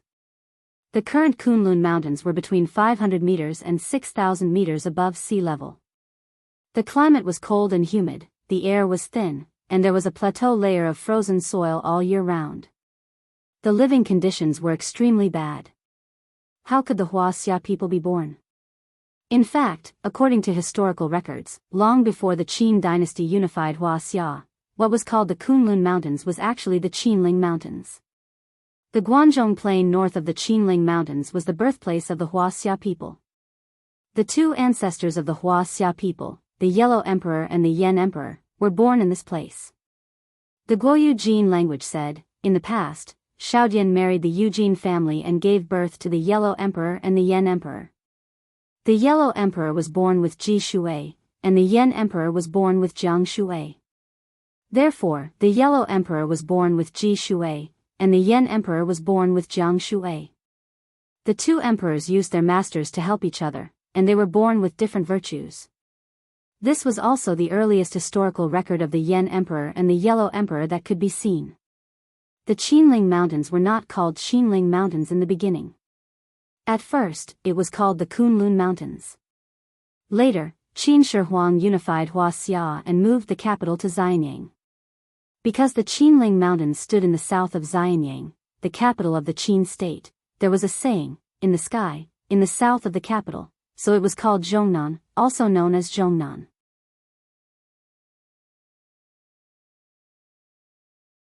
Therefore, the Qinling Mountains were called Zhongnan Mountains. Later, the Qin dynasty fell, and it was the Western Han dynasty. Sima Qian wrote in the history books, the Qinling Mountains are the greatest obstacle in the world. At this time, the Qinling Mountains finally had its official name. Kunlun Mountains, Zhongnan Mountains, Qinling Mountains. These were the past and present lives of the Qinling Mountains. Huaxia's dragon vein was actually here. Chang'an. At the airport exit. A family of 3 and a cat. The man was handsome, the woman was beautiful, and the baby was quite cute. Even the cat in the child's arms looked more agile and clever. It stuck its head out and looked at the passers-by.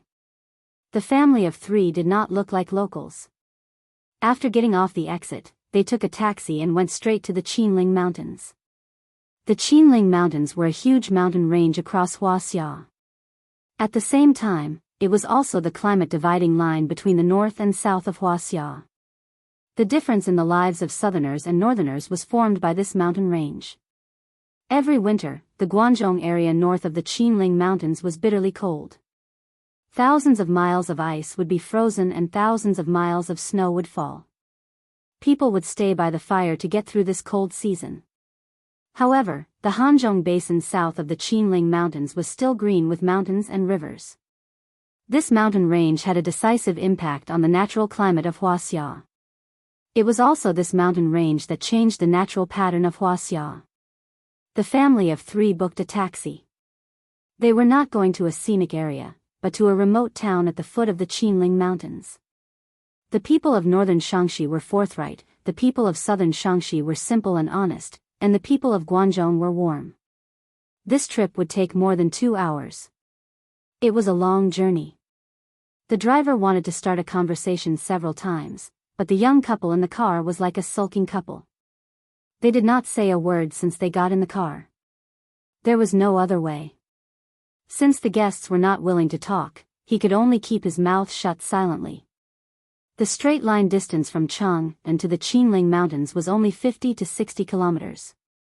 It had not snowed in Chang'an yet, but the Qinling Mountains had already turned into a vast expanse of white. The town they were going to was about 200 kilometers away from Chang'an. When they were about to reach the town, it started to drizzle. The weather was dark and the rain was hazy. There was also a thick fog on the mountain. When they looked up, they could only see a misty expanse. They had made a lot of money on this trip, so the driver was very polite and gave them an umbrella. He was also a little curious about this family of three, so after he left, he glanced at them through the rearview mirror. There were some raindrops on the rearview mirror. Through the mirror, he saw the family of three slowly walking up the mountain path. Going up the mountain on such a cold day? Old man, don't rush me. I really can't write that much. Think about it, you know that I'm here to write books to make money. Do you think I can't live with the money? The background of this book is very large. The foreshadowing has to be linked together, so it's very difficult for me to write it. Please, can you please understand? Even if it's on Baidu, I have to check it one by one. After digesting it, I'll put it into my settings. This chapter contains too much information. I wrote until 3 a.m. last night and woke up at 12 a.m. today. I've only just finished writing it now. After writing it, I still have to wait to be scolded for being a fake. Sometimes, I really feel that I've been wronged. Please, I hope you can understand. I've really worked very hard. I'll promote the book for you. There are 3 successful nanny dads on Qidian now. You can also read Nanny Dad's Literary Life and Nanny Dad's Restaurant in Another World. My speed can't be compared to theirs. Nanny Dad's Restaurant in Another World will be a hit. That's something I don't even dare to think about. Although we're all nannies, the things we write are actually different.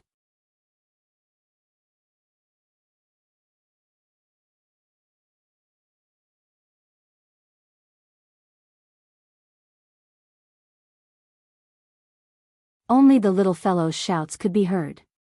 The cold wind in the mountain whistled, and a series of snowflakes swirled in the sky, drifting toward the foot of Mount Qinling. After playing for a while, the little fellow found that it was really cold, so she ran back. Papa! It's so cold, so cold. As she spoke, she jumped and shivered. The process of melting snow itself was a process of absorbing heat. When rolling in the snow would fall into the clothes. As soon as it met the body temperature, it would immediately melt into water. So no matter how much she liked the snow, she had to run back to Qinshi to get warm. Qinshi quickly picked her up. As his true essence surged, Little Rascal's body immediately emitted a faint white gas. A stream of warmth wrapped her, and Little Rascal immediately murmured comfortably, "It's so warm. Papa is so warm." When it could freeload food and drink, Big Cat would never be willing to fall behind others. So when it saw Little Rascal being held by Qinshi, it immediately shook off the snow on its body and jumped into Little Rascal's arms like a mad dog. The reason why it was willing to follow Chen Shi was that a trace of Chen Shi's true essence inadvertently leaked out was enough for it to benefit a lot. When the heavy snow closed the mountain, there were no birds in the mountains, and no traces of people could be found. But even a master of peak strength could walk on water, not to mention Qin Shueching, who was a guru. Perhaps it was because she wanted to compete with Chen Shi, so as soon as she entered the mountain, she stepped on the snow and floated away. In an instant, she had already rushed several meters away. A guru was like a dragon, climbing the mountain like an ape, diving into the water like an otter, and his momentum was like Mount Tai. After being tortured by Chen Shi, Qin Shueching almost doubted whether she was still a Wu Dao guru. Now that his sister-in-law was willing to cooperate, Chen Shi naturally would not provoke her for no reason, so he followed her leisurely. As the two of them moved forward quickly, they went deep into the hinterland of the Qinling Mountains in the blink of an eye. At this time, Chen Shi also roughly guessed where the mysterious place she was talking about was. Because as they went deeper and deeper, Chen Shi found that the spiritual qi of heaven and earth here was even richer than that of Zhongnanhai. It was really a good place for all things to compete. After walking for more than an hour, Qin Shueching suddenly stopped. Chen Shi looked at the valley in front of her and also stopped. Because he knew that Qin Shueching had something to say. Sure enough, after Qin Shueching stopped, she turned her head, and the expression on her face showed that she was struggling.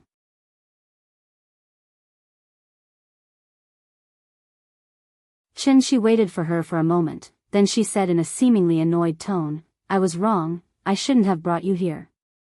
Even if you kill me now, I won't take you one step further. Without me leading the way, you won't be able to enter, so you should go back. Since we're already here, do you think it's possible for me to go back? You really can't go any further. If you do this, not only will you kill yourself and my sister, but you will also kill the child in your arms. For the sake of the child, please go back, okay? Go back first, and when the divine gate opens, I will naturally come back to find you." Qin Shueching became more and more agitated as she spoke. In the end, she could not help but yell at Chen Shi again. Chen Shi did not reply. After she calmed down a little, he nodded at Qin Shueching and said very solemnly, "Thank you." Qin Shueching was stunned for a moment, then she flew into a rage, and her face turned red. Just as she was about to scold Chen Shi suddenly asked, "You're a grandmaster, so what's the corresponding realm of a grandmaster? I don't have time to joke with you. I'm warning you, if you go any further, you will really kill everyone. Answer my question first." Chen Shi's expression was very serious, as if he was seriously discussing something with her. Seeing this, Qin Shueching stomped her foot and said impatiently, "Entering the Tao. What's above that? Cultivating the Tao. Above that? Aren't you at the divine connection realm? Answer my question first, then what's above that? Core condensation. Isn't Grandmaster controlled Dan? What's the difference between core controlled Dan and core condensation? The two can't be described in the same sentence. Legend has it that when a Grandmaster successfully condenses his Dan, he will be able to leave the earth and ascend to immortality, free and unfettered between heaven and earth. Core concentration refers to a martial artist condensing the essence, qi, and blood marrow of the entire body into a single point. In other words, all the strength in the body is concentrated in the dantian. When facing an enemy, the dantian will explode, and the enemy will be killed in a single move. Alright, I have no more questions. After saying that, Chen Shi carried the little fellow and walked towards the valley. Qin Shueching wanted to reach out and stop him, but when she thought about how she was not a match for him, she could not help but stop. Obviously, Chen Shi had tortured her until she was traumatized.